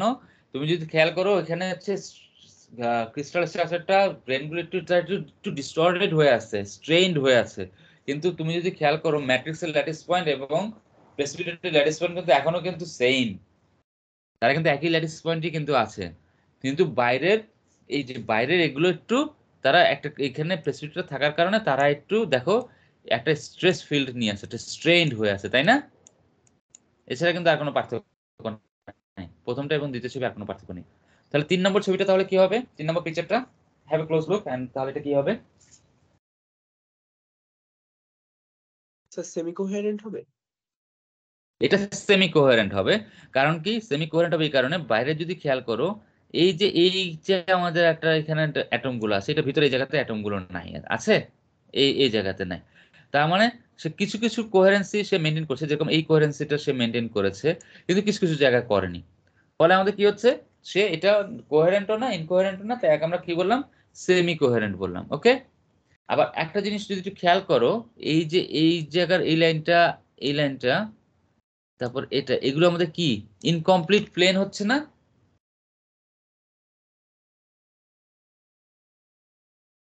ইনকমপ্লিট প্লেন মানে কি? আমাদের এজ ডিসলোকেশন, রাইট? তার মানে যত তুমি কোহেরেন্সি লুজ করতে থাকবা তত তোমার হচ্ছে ম্যাট্রিক্স এবং প্রেসিপিটেটের ইন্টারফেসের বাউন্ডারিতে আমাদের কি তৈরি হতে থাকবে? ডিসলোকেশন তৈরি হতে থাকবে। আর এই 4 নম্বর ছবিটা হচ্ছে আমাদের, এই যে 4 নম্বর ছবিটা যদি দেখি, এটা হচ্ছে পুরাপুরি ইনকোহেরেন্ট। ইনকোহেরেন্ট কেন? দেখো ভিতরের যে ল্যাটিস পয়েন্ট গুলো যেটা বাইরেটার সাথে কোনো মিল নাই, তাই এটা হচ্ছে ইনকোহেরেন্ট। তার মানে কি এইটার বাউন্ডারিতে প্রচুর পরিমাণে কি থাকবে? ডিসলোকেশন থাকবে।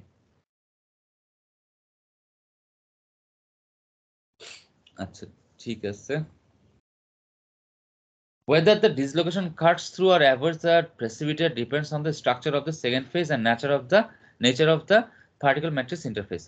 যদি কোহেরেন্ট হয়, ম্যাট্রিক্সের সাথে গুড রিলেশনশিপ আছে, ডিসলোকেশন সহজেই চলে যেতে পারবে, লো সারফেস এনার্জি থাকবে এখানে, কিন্তু আমাদের ম্যাট্রিক্স এবং প্রেসিপিটেটের যে ল্যাটিস প্যারামিটার ডিফারেন্স থাকবে সেটার কারণে আমাদের প্রচুর পরিমাণে সেখানে হচ্ছে আমাদের মিসফিট স্ট্রেন তৈরি হবে। ঠিক আছে? মিসফিট স্ট্রেন যদি আমাদের স্মল থাকে পার্টিকেলগুলো স্ফেরিক্যাল হবে, মিসফিট স্ট্রেন যদি লার্জ হয় তখন পার্টিকেলগুলো আমাদের রড শেপের হয়। ঠিক আছে? কি পরিমাণ মিসফিট স্ট্রেন তৈরি হচ্ছে সেটার উপরে নির্ভর করে পার্টিকেলটা আমাদের কোন শেপ নেবে, সেটাও কিন্তু আমাদের মিসফিট স্ট্রেন আমাদের খানিকটা আমাদের তৈরি করে দিবে। এখন আচ্ছা এটা এখন তাহলে আমাদের এই যে এতগুলো জোন আমাদের কেন পড়তে হচ্ছে, কেন আমাদেরকে এই জিনিসগুলো আমাদেরকে জানা লাগছে? কারণটা কি? আমি যত সময় ধরে এজিং করব, এই একটা যে কোনো একটা কার্ভ দেখি, হ্যাঁ এই যে মনে করো 3%টা, আমি আস্তে আস্তে এজিং করছি, রুম টেম্পারেচার এজিং করছি, আমি কোনো টেম্পারেচার দিলাম না। আমি অ্যালুমিনিয়ামের মনে করো 4% কপার একটা অ্যালয়কে আমি রুম টেম্পারেচারেই কাস্টিং করে আমি তাকে রেখে দিলাম। একদিন 2 দিন 3 দিন 4 দিন এভাবে করে রাখার পরে দেখা গেল তার স্ট্রেংথ বাড়ছে, 10 দিন পরে তার স্ট্রেংথ বেড়ে আবার কমে গেল। ঠিক আছে, 10 দিন পরে ন্যাচারালাইজিং এর একটা সমস্যা, আমাদের স্ট্রেংথ বেড়ে আবার আমাদের কমে গেল।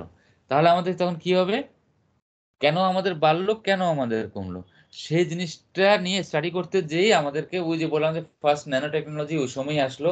উনি যে অ্যালফ্রেড উইল যেটা উনি করলেন, উনি আসলে ন্যানো টেকনোলজি প্রথম অ্যাপ্লিকেশন উনি করলেন, যেটা উনি তখন জানতেন না আর কি। কি হলো, আমরা যখন অ্যালুমিনিয়ামের মধ্যে যখন আমি কপার দিলাম, তারপর যখন তাকে আমি যখন হিট দিলাম সুপার স্যাচুরেটেড মানে সলিড সলিউশন তৈরি করে র্যাপিড কুলিং করে তারপর যখন তাকে আমি হিট দিলাম, তখন কি হচ্ছে, যখন হিট দিলাম তখনই হচ্ছে আমাদের আস্তে আস্তে জিপি জোন তৈরি হওয়া শুরু হলো, রাইট? যখনই জিপি জোন তৈরি হলো, জিপি জোন 1 আসলো, জিপি জোন 2 আসলো, এগুলো কি বললাম কোহেরেন্ট, এগুলো থাকা মানে হচ্ছে আমাদের স্ট্রেংথ অনেক বাড়বে। এই জিপি জোন 1 জিপি জোন 2 যখন আসলো, তারপর যখন ওই যে নন ইকুইলিব্রিয়াম ইন্টারমিডিয়েট প্রেসিপিটেট গুলো যখন আসা শুরু করলো, তখন আমার ম্যাট্রিক্সে কি আছে, জিপি জোন আছে, ইন্টারমিডিয়েট প্রেসিপিটেট আছে, কম্পেয়ার টু এগুলো অনেক বেশি পরিমাণ আছে, ফলে আমাদের স্ট্রেংথ অনেক বেড়ে গেল। তারপরেও যখন আরো বেশি সময় ধরে আগে হিট দিতে থাকলাম, তখন কি হবে, ডিফিউশন তো কন্টিনিউ করতেই থাকবে। ডিফিউশনে কি করবে, ওই যে প্রেসিপিটেট ছোট ছোট প্রেসিপিটেট যেগুলো তৈরি হচ্ছিল, ওগুলো তারা কি করবে, একে অপরে ডিফিউজড হয়ে আস্তে আস্তে বড় হতে থাকবে না নাকি? যেগুলো মনে করো ওই যে theta double prime theta prime, ওগুলো আস্তে আস্তে বড় হয়ে থেটা হবে, থেটা গুলো আস্তে আস্তে আরো বড় হতে থাকবে। যত বড় হতে থাকবে আমার ম্যাট্রিক্সের মধ্যে অ্যালুমিনিয়ামের কপারের পরিমাণ তো ফিক্সড 4% কপার দিয়েছিলাম, তাই না? যখনই সে বড় হতে থাকবে, কাছাকাছি এসে অ্যাগ্লোমারেট হয়ে যখন তারা বড় হতে থাকবে, তার মানে আমার যেহেতু কপারের পরিমাণ ফিক্স, তার মানে আমাদের নাম্বার অফ প্রেসিপিটেট কি হবে, কমে যেতে থাকবে না আস্তে আস্তে? এই কথাটা বুঝে গেছে? না স্যার, বুঝতে জি পারিনি স্যার। স্যার এটা।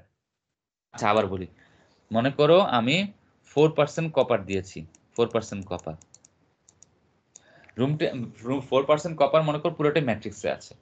এখন যখন জিপি জোন তৈরি হলো, মনে করো 1 লাখ জিপি জোন তৈরি হলো, 1 লাখ জিপি, সরি আমার যেহেতু মাউস দিয়ে করছি তো আমার এটা না, আমি বাসায় নেই আমি, হ্যাঁ 1 লাখ মনে করো আমার প্রেসিপিটেট জিপি জোন 1 তৈরি হলো।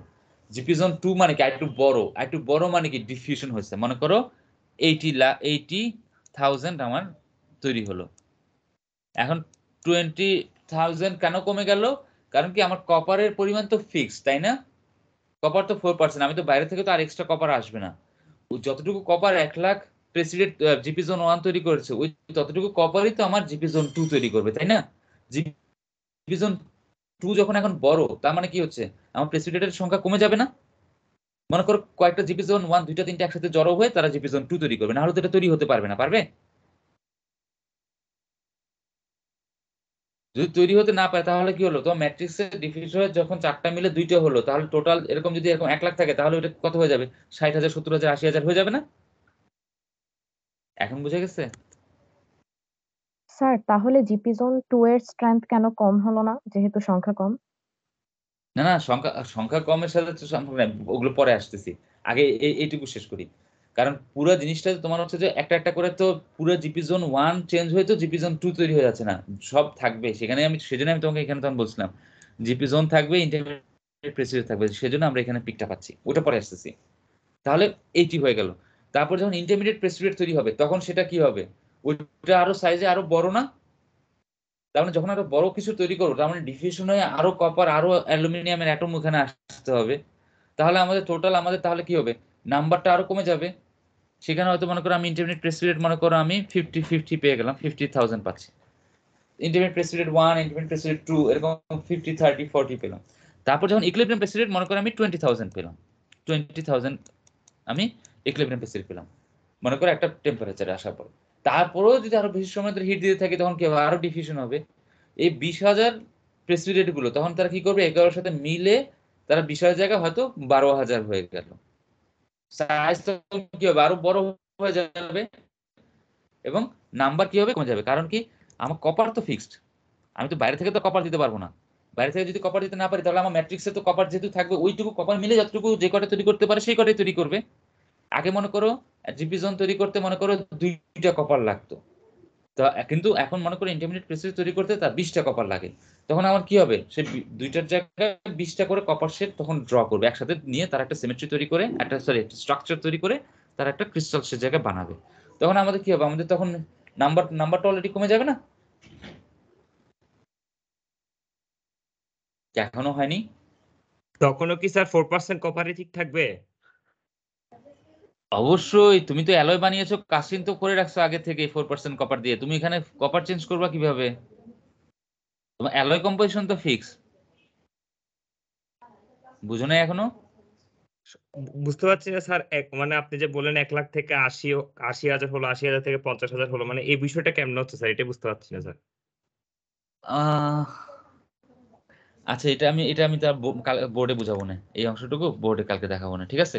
মাউস একটু ডিফিকাল্ট হচ্ছে আমার জন্য দেখানো, মানে আচ্ছা, আর আর কারো এই রিলেটেড কি আর কারো কোশ্চেন আছে?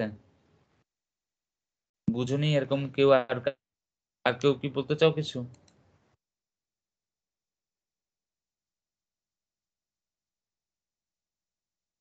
বাকিটা কি বুঝে গেছে সবাই নাকি? আচ্ছা ঠিক আছে, তাহলে তাই যদি হয়, আমি মনে করো আমি আচ্ছা একটু এখানে আমি একটু পেজটা ক্লিন করে নিই। মনে করো আমাদের এই হচ্ছে একটা অ্যালয়, আমি কাস্টিং করলাম, অ্যালুমিনিয়াম হচ্ছে 96% দিলাম, 96% অ্যালুমিনিয়াম, আর হচ্ছে 4% হচ্ছে আমি কপার দিলাম।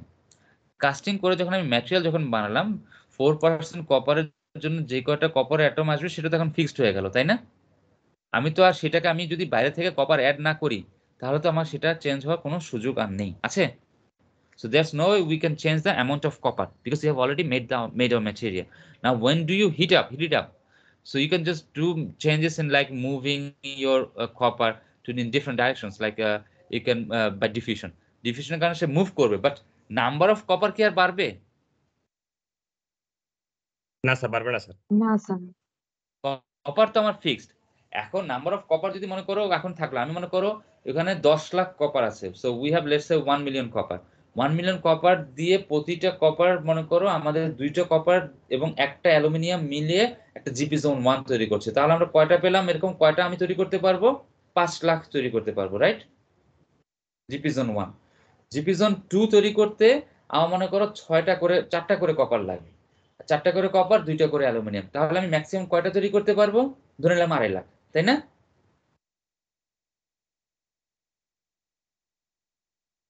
কি এখনো বুঝি নাই?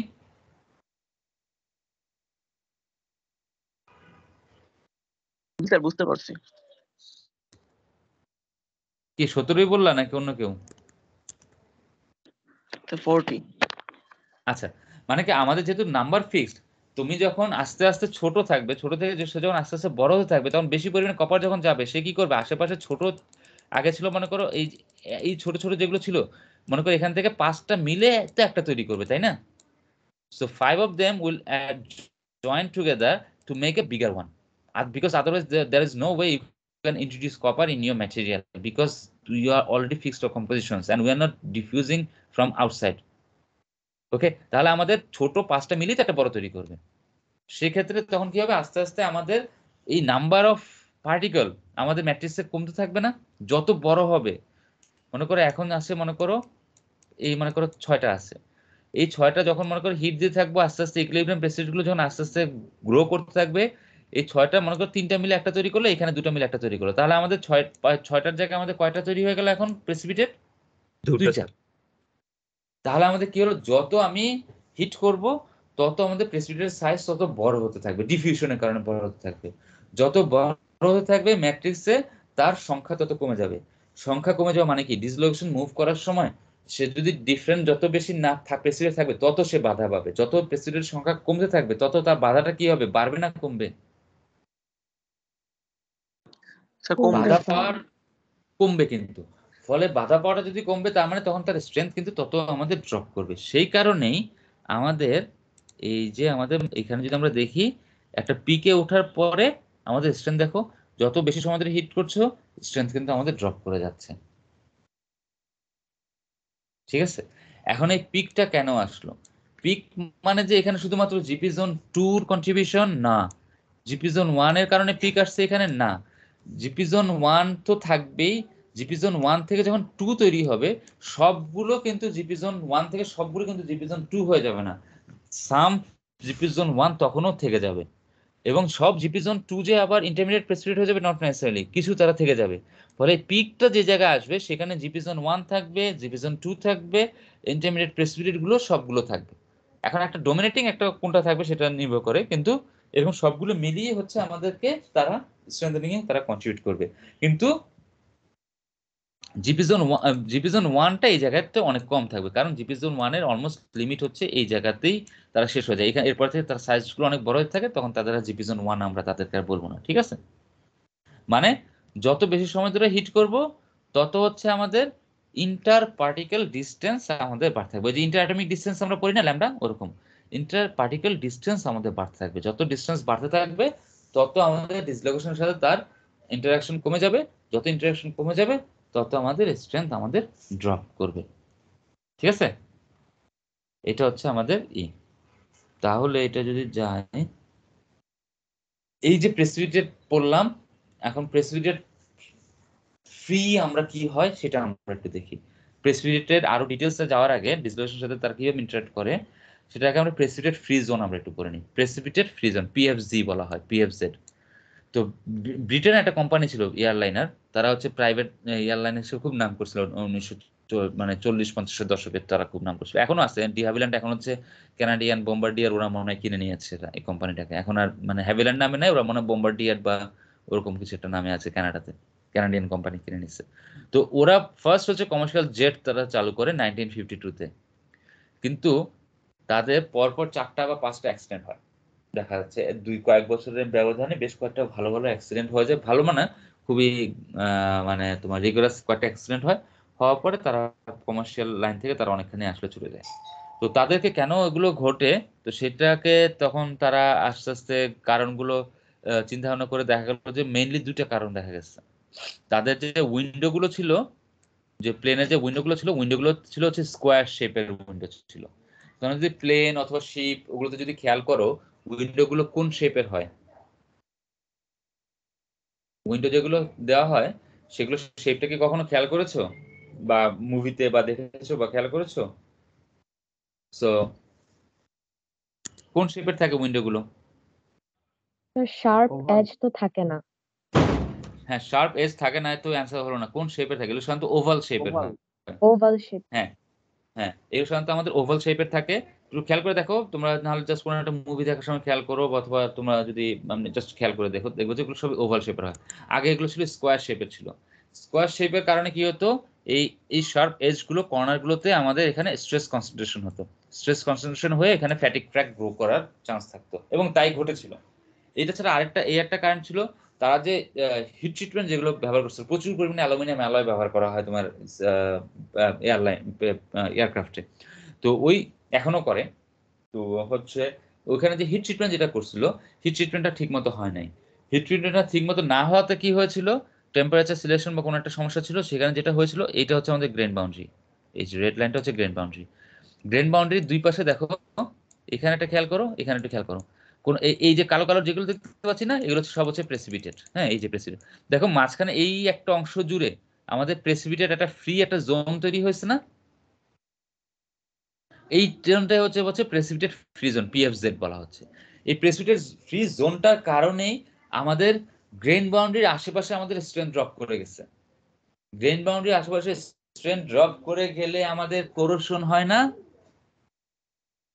এমনি তো ক্র্যাকিং এর জন্য, ক্র্যাক গ্রো করার জন্য তার একটা খুবই ভালোই, আরেকটা কি হয় কোরোশনের জন্য, এটা আমাদের ভালো সাইড একটা না?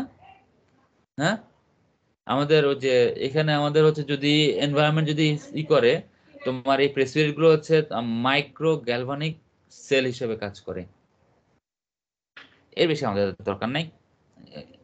কিন্তু এখন হচ্ছে আমাদের আরেকটা হচ্ছে ইন্টারগ্রানুলার কোরোশন আমাদের সেখানে হতে পারে, ঠিক আছে? ইন্টারগ্রানুলার কোরোশন হতে পারে, পিচিং হতে পারে, হয়ে আমাদের ফ্যাটিক ফেলিওরে ক্র্যাক প্রোপাগেট করতে সাহায্য করতে পারে। পিএফজেড কেন তৈরি হয়? পিএফজেড তৈরি হওয়ার সবচেয়ে 2টা কারণ। একটা কারণ হচ্ছে আমাদের সলিড যদি কোনো কারণে ডিফিউশন, গ্রেন বাউন্ডারির আশেপাশে যে সলিড গুলো আছে একটা পার্টিকুলার টেম্পারেচারে তার ডিফিউসিবিলিটি এত বেড়ে গেল So they are moving towards the grain boundary and they settle down on the grain boundary. তারা grain boundary তে যে বড় বড় precipitate তৈরি করে they are staying over there. এই যে দেখো এইখানে যদি আমরা খেয়াল করি এই যে গ্রেন বাউন্ডারি উপরে দেখো বড় বড় precipitate হয়ে গেছে না এগুলো, so they are taking solid atoms from areas next to the grain boundaries and they're depositing them onto the grain boundaries. So what is happening at the grain boundaries, precipitates are becoming larger and there are some regions where there is no precipitate. So এইটা একটা কারণ। আরেকটা কারণ হচ্ছে যে আমাদের ওই আশেপাশে কোনো কারণে যদি আমাদের ভ্যাকেন্সি কমে যায়, ভ্যাকেন্সি কমে গেলে মনে করে এই আশেপাশে একটা পার্টিকুলার টেম্পারেচারের কারণে এটা ঘটে। এইখানে এমন একটা টেম্পারেচারে হলো যে টেম্পারেচারে এই জায়গাগুলোতে আমাদের ভ্যাকেন্সির সংখ্যা কমে গেছে, ভ্যাকেন্সি ডিফিউশন করে সরে গেছে। তো ভ্যাকেন্সি যদি মুভ করে চলে যায়, ভ্যাকেন্সি না থাকলে আমাদের প্রেসিপিটেশন তৈরি হওয়াটা অত সহজ হবে না। ফলে এই জায়গাটাতে আমাদের প্রেসিপিটেশন তখন আর আমাদের যে লেভেলে আমরা চাই সেই লেভেলে আমরা তাকে আর পাবো না। ঠিক আছে? তো সেই কারণে আমাদের প্রেসিপিটেশন ফ্রি জোন আমাদের তৈরি হতে পারে। তাহলে আমাদের প্রেসিপিটেশন ফ্রি জোন হয়ে গেল। এখন আমরা একটু তো 12টা তো ক্লাস নেই আছে?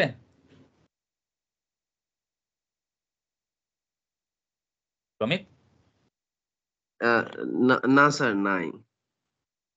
আচ্ছা আমি বেশিক্ষণ পড়াবো না, 10-15 মিনিট পড়াবো না। তাহলে আমরা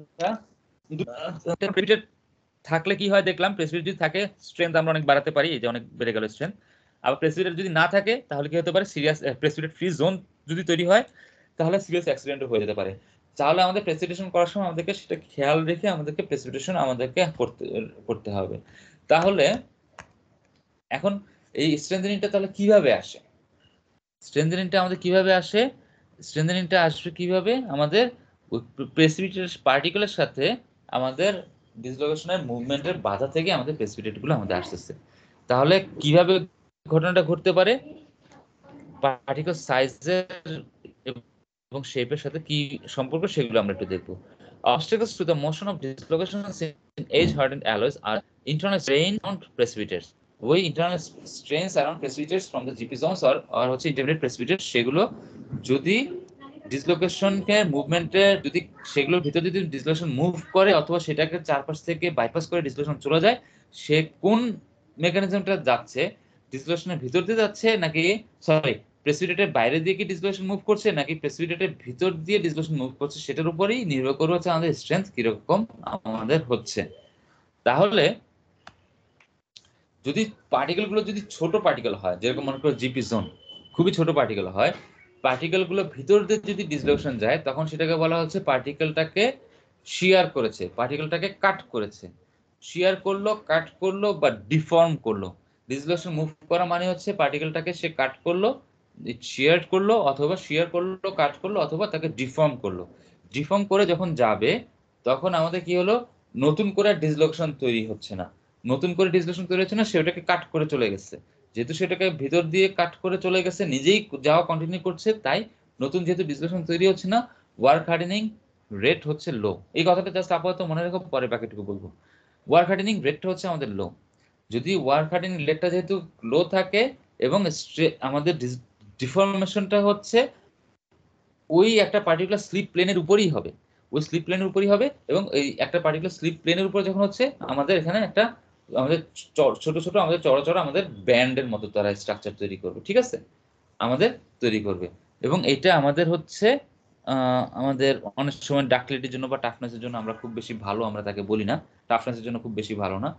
আবার পার্টিকুলার সাইজ যদি বড় হয় তখন তারা ডিসলোকেশনের ভিতর দিয়ে তারা ডিসলোকেশন পার্টিকেলের ভিতর দিয়ে যেতে চায় না, কারণ কি যেতে গেলে পার্টিকেল বড়, তার মানে অনেক রকমের ডিফারেন্ট একটা ক্রিস্টাল স্ট্রাকচার অনেকগুলো ভিতর দিয়ে কাট করে যেতে হবে, সে আর ওটা চায় না। সে তখন কি করে, পার্টিকেলটাকে বাইপাস করে ডিসলোকেশনটা মুভ করে। এই মেকানিজমটাকে বলা হয় ওরো-ওয়ান মেকানিজম।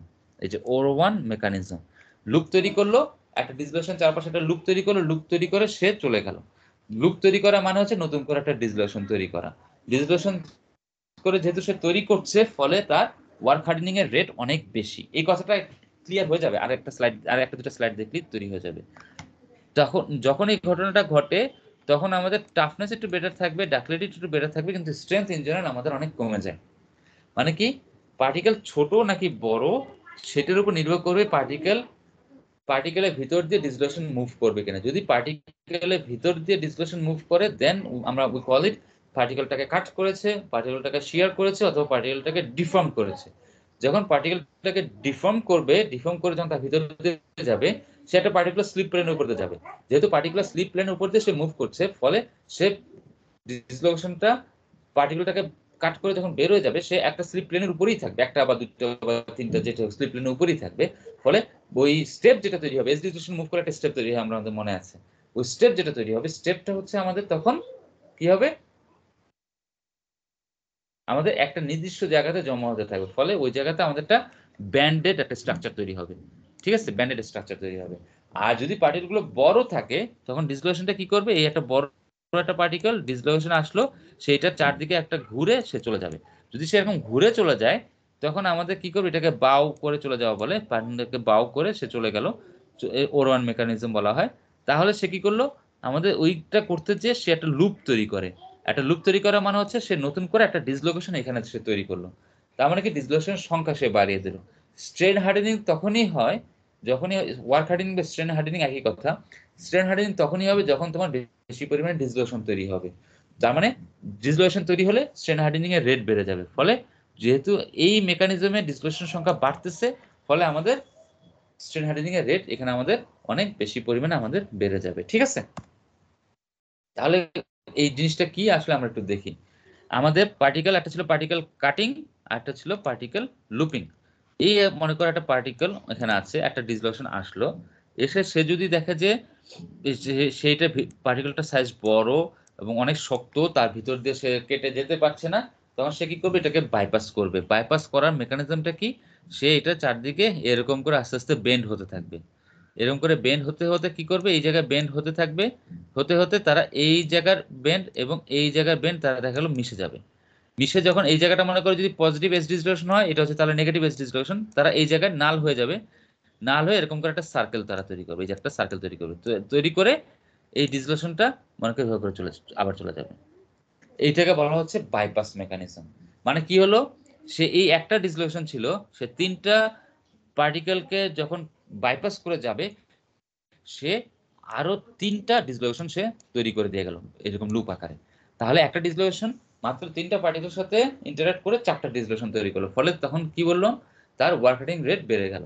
আবার যখন সে আরেকটা ডিসলোকেশন যখন আবার এখানে আরেকটা আসবে, সে একইভাবে লুপ তৈরি করে সে এটার বাইরেও আরেকটা লুপ তৈরি করবে, এটা বাইরেও আরেকটা লুপ তৈরি করবে। এইভাবে করে করে যত মুভমেন্ট হতে থাকবে তত আমাদের লুপ তৈরি হতে থাকবে। ফলে আমাদের ওয়ার্ক হার্ডেনিং এর রেট বাড়বে। ওয়ার্ক হার্ডেনিং এর রেট বাড়লেও ইয়েল রেস্ট্রেসের ভ্যালু কিন্তু কম থাকবে। কেন, পরে আসতেছি। এই মানে এক প্লট দেখার সময় আস্তে আস্তে এগুলো ক্লিয়ার থাকবে।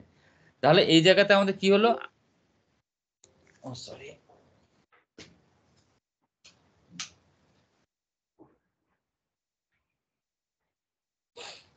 তাহলে আমাদের এই জায়গাতে আমাদের কি হচ্ছে, এই যে মনে করো পার্টিকেল একটা একটা ডিসলোকেশন লাইন আসলো, সে এটাকে যেহেতু ভিতর দিয়ে যাবে না, সেটা চারদিকে এরকম করে বাঁকা হতে থাকলো, বাঁকা হতে হতে সে কি করবে, এরকম করে একটা লুপের মতো তৈরি করলো, এরকম করে একটা লুপের মতো তৈরি করলো, করে এই লুপটাকে এই জায়গায় ক্যান্সেল আউট করে তারা হয়ে গেল, এই জায়গাটা লুপটাকে ক্যান্সেল আউট করলো, এটুকু হয়ে গেল। আর এই যে বাকি এই যে অংশটুকু ছিল, তারা আবার স্ট্রেট লাইন হয়ে তারা এইভাবে করে আমাদের চলে গেল। ঠিক আছে, তারা স্ট্রেট লাইন তৈরি করে, দেন they have to continue their movement. So this is an TM image from an actual alloy. So if you look at this alloy here, so there's a particle here. So you can see the particle here. So in one particle you can see there are some circumventing line. So you can see there are some circles here. So these are the loops. এই যে ডিসলোকেশনটা যখন ওইটাকে pass করে চলে গেল, so they made a loop like this and they continue their movement.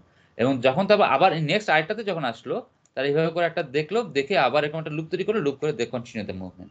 এইভাবে করে semi circular কনফিগারেশনে তারা ওয়ান মেথডে তারা কন্টিনিউ করতেছে মুভ করার জন্য। এটাকে বলা হচ্ছে বাইপাস।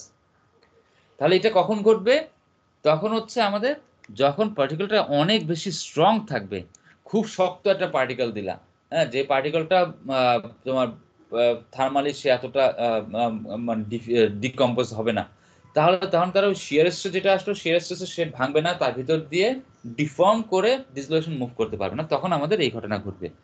যখন এই ঘটনা ঘটবে ওয়ার্ক হার্ডেনিং রেট অনেক বেশি হাই থাকবে। এখন যদি পার্টিকেলটাকে যদি মনে করো এই পার্টিকেলটাকে মনে করো ডিসলোকেশন এসে কাট করলে আমরা জানি কি এস ডিসলোকেশন কাট করলে এরকম একটা স্টেপ তৈরি হয় না, এরকম একটা স্টেপ তৈরি হলো। যখন আরেকটা ডিসলোকেশন আসলো এখানে স্টেপ তৈরি হলো, আরেকটা ডিসলোকেশন আসলো স্টেপ তৈরি হলো, তাহলে কি হলো এই জায়গাতে অনেকগুলো ডিসলোকেশন এসে আমাদের জমা হয়ে থাকবে, একটা ব্যান্ডের একটা স্ট্রাকচারের মতো তারা তৈরি হবে। ঠিক আছে, তাহলে আমাদের কি হচ্ছে এই জায়গাতে আমাদের এরকম করে একটা ব্যান্ডেড আমাদের এরকম করে একটা স্ট্রাকচার তৈরি হবে, এরকম করে আমাদের প্রচুর পরিমাণে আমাদের ডিসলোকেশন থাকবে, নতুন তৈরি হবে না, ডিসলোকেশন গুলো যেগুলো ছিল সব এক জায়গাতে এরকম এসে জমা হয়ে থাকবে। আর যদি আমাদের লুপিং করলে কি হলো দেখো প্রচুর ডিসলোকেশন তৈরি হবে, সে মুভ করে করে সে নানান দিকে থাকবে, আর মোটামুটি একটু হোমোজেনাস আমাদের পার্টিকেল আমাদের সেই জায়গায় তৈরি হবে।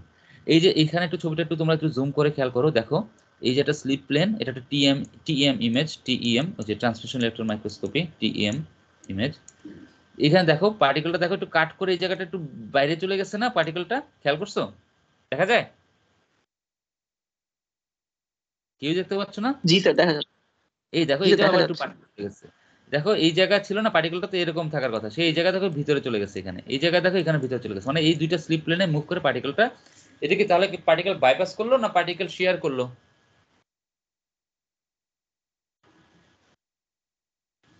এইখানে পার্টিকেল কি হলো বাইপাস না শেয়ার? এই যে এটাতে শেয়ার করলো। শেয়ার করলো, হ্যাঁ ঠিক আছে।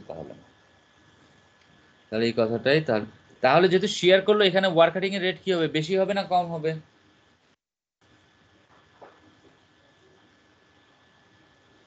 কম হবে স্যার। ওয়ার্ক হার্ডিং এর রেট আমাদের কম হবে, কারণ নতুন করে ডিসলোকেশন সেখানে তৈরি হবে না।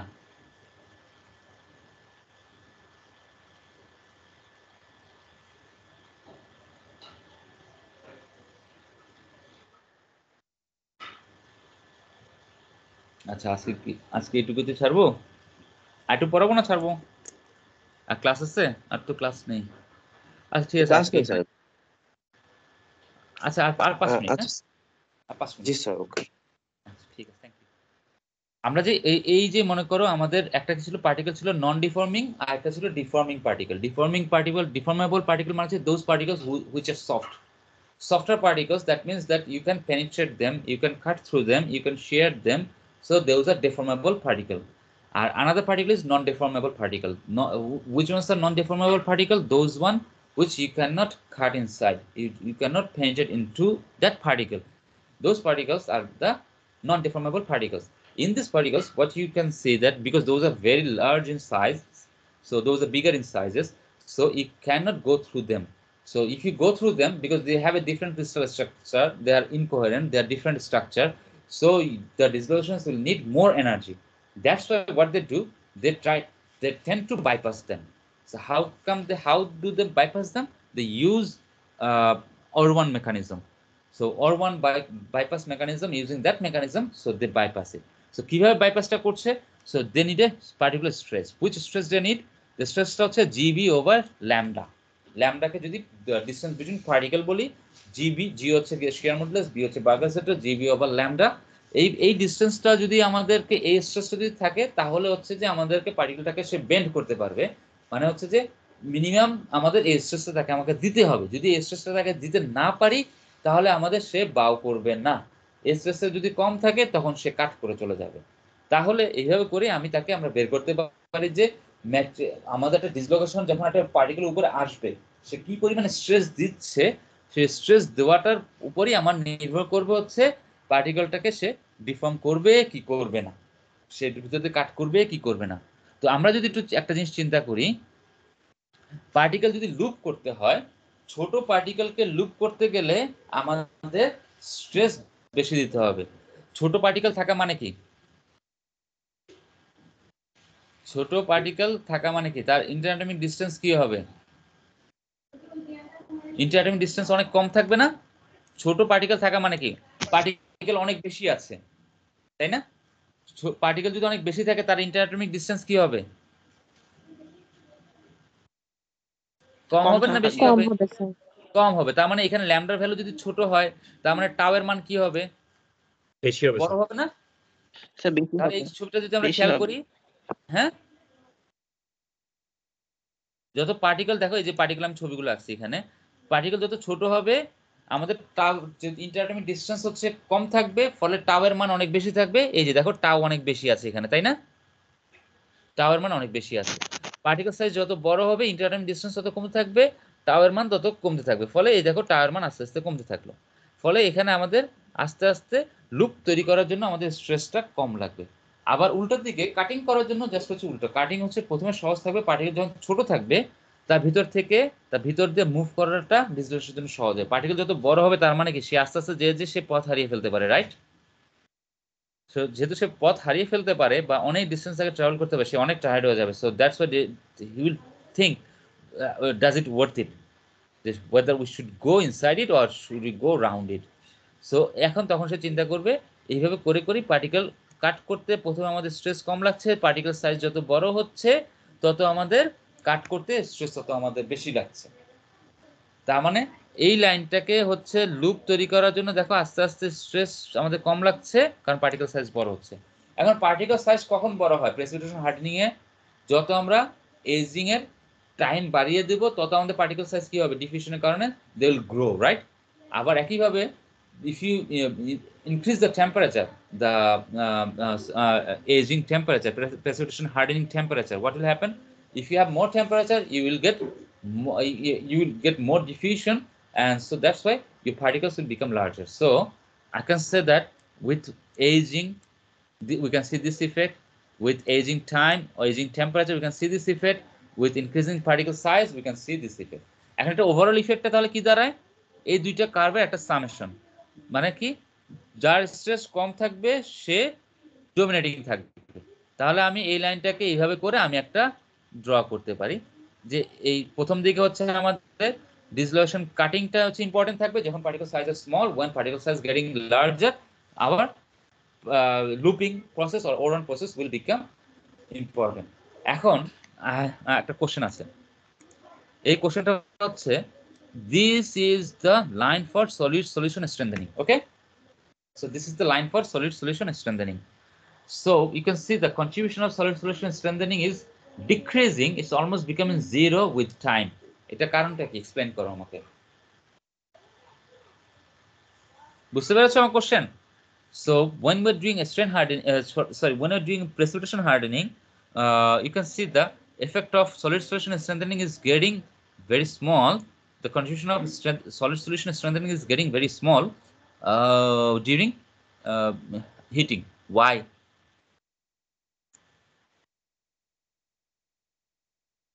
স্যার এটাও কি পার্টিকেল বড় হয়ে নাম্বার কমে যাওয়ার কারণে?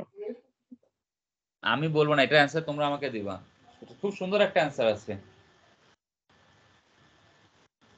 So with time, the contribution from solid solution strengthening is getting less important. It's almost zero with time when you continue aging or you continue when you increase the aging temperature or you continue aging for a longer time. কারণটা কি? Solution strengthening এর contribution কমে যাচ্ছে।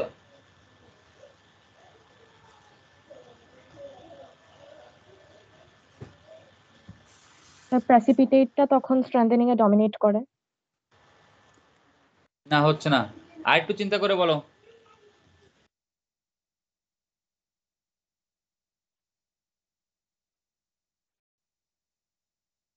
এটার answer পেলে ছুটি, answer না পাওয়া পর্যন্ত ছুটি না, আমরা চিন্তা করি।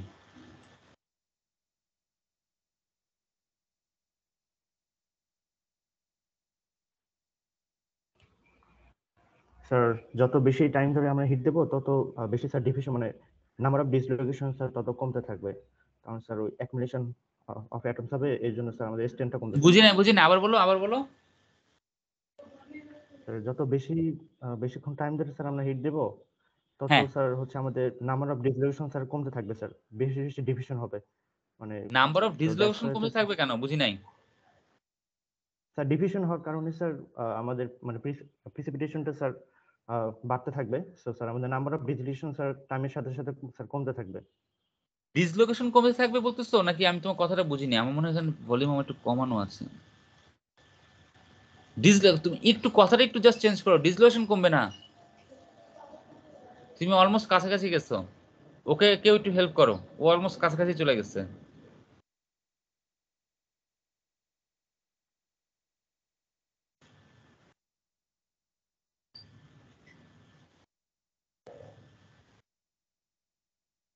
কেউ একজন একটু চিন্তা করো, একটু ওকে একটু হেল্প করো। কেউ নাই হেল্প করার জন্য? স্যার পার্টিকেল গুলা তো ডিফিউজ হয়ে বড় হয়ে যাবে, তখন নাম্বার কমে যাবে পার্টিকেল গুলার। না না না, সলিড সলিউশনের সাথে তার কি সম্পর্ক? স্যার ডিসলোকেশন বাধা কম পাবে, এই জন্য আর কি স্ট্রেন কমবে এরকম। না না না না না, এটার সাথে ডিসলোকেশনের এটার সাথে সলিড সলিউশনের কি সম্পর্ক?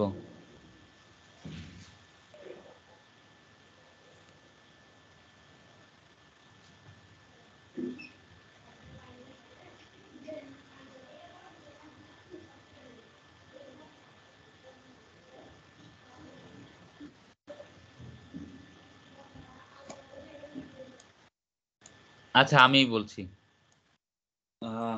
যদি আমাদের এই যে আমাদের মনে করে একটা ম্যাট্রিক্স, হ্যাঁ, ম্যাট্রিক্সের মধ্যে মনে করে অ্যালুমিনিয়াম আছে, কপার আছে, আমরা অ্যালুমিনিয়াম কপার দিয়ে বলছি, হ্যাঁ, এগুলো মনে করো সব কপার আছে, এই মনে করো অনেকগুলো কপার আমাদের ছিল। এই কপারগুলো থেকে আমাদের যখন ওভার টাইম আমাদের কি হচ্ছে, সো আমাদের যখন প্রেসিপিটেশন হচ্ছে, অ্যালুমিনিয়ামগুলো কপারগুলো কি করছে, অ্যালুমিনিয়ামকে নিয়ে সে সলিউশন থেকে বের হয়ে যাচ্ছে, তাই না? সে অ্যালুমিনিয়ামকে নিয়ে সে সলিউশন থেকে বের হয়ে যাচ্ছে।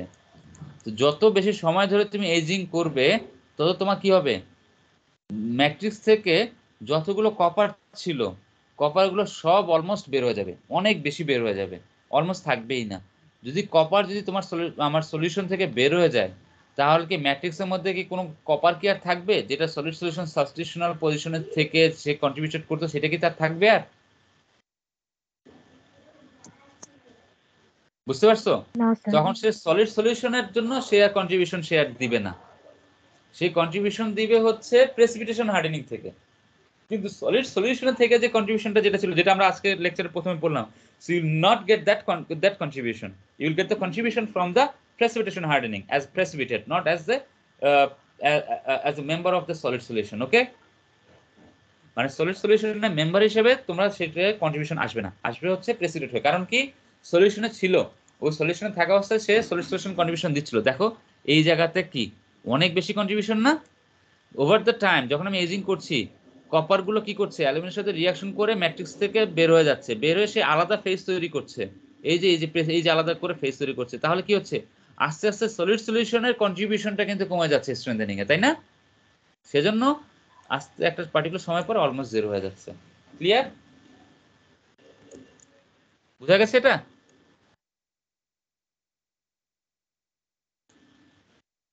তাহলে প্রমিত আজকে ক্লাস শেষ করি তাহলে নাকি?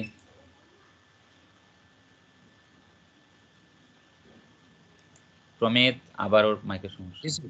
জি স্যার, জি স্যার। আচ্ছা ঠিক আছে, থ্যাংক ইউ সো মাচ। তো thank you for your cooperation. Pramit thank you, তুমি হচ্ছে অনলাইন লেকচার ব্যবস্থা করছো, আমি তো এর আগেবার বুঝিনি, এর আগেবার সেজন্য আমি নেইনি, আমি যে অন্যান্যরা সবাই যে নিচ্ছে আমি সেটা জানতাম না। তো তো তো স্যার, থ্যাংক। হ্যাঁ বলো। স্যার আমাদের সিটিটা কবে দিব? বুধবার না? স্যার আমাদের তো স্যার আপনি এখনো ম্যাটেরিয়ালস গুলো দেন নাই, মানে স্যার পড়তে তো একটু সময় লাগতো।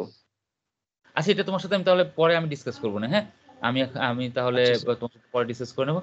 So see you tomorrow 10 o'clock, right? Sir আজকে কি আমাদের আজকে কি 11টা ছিল না? তো টুমরো হ্যাঁ তাহলে স্যার, হচ্ছে টুমরো 10 o'clock টা আমাকে হয়তো একটু রিশিডিউল করা লাগতে পারে টুমরো, বা I have some issues on 10। So আমি তোমার সাথে এটা ডিসকাস করে নেবো, I may need to reschedule it on another time. তোমাদের কি কালকে 12টা বা 1টা এরকম সময় কি ইউ আর অ্যাভেলেবল? কালকে কালকে স্যার মনে হয় 12টায় শেষ। আর জি স্যার, আর স্যার 8টা বাজে আমাদের ক্লাস নাই এমনিতে। আচ্ছা আমি আমি আমি তোমার সাথে এটা তাহলে ওভার ফোনে ডিসকাস করে নেবো, আমি একটু পরে ডিসকাস করে নেবো। তো থ্যাংক ইউ সো মাচ, আচ্ছা তোমরা অনেক কোঅপারেট করেছো। It's almost 1.5 hours, so and it's almost 50 students are present. তো থ্যাংক ইউ সো মাচ, তো সি ইউ টুমরো। অ্যান্ড আমি তোমাদের এগুলো হ্যান্ড আউটগুলো সবগুলো আমি আপলোড করে দিয়ে দেবো। ওকে, হ্যাঁ, থ্যাংক ইউ সো মাচ। তোমরা লিভ নিয়ে নাও, তোমরা লিভ নিলে আমি ক্লোজ করে দেবো। Thank you so much. Sir আসসালামু আলাইকুম। ওয়ালাইকুম আসসালাম।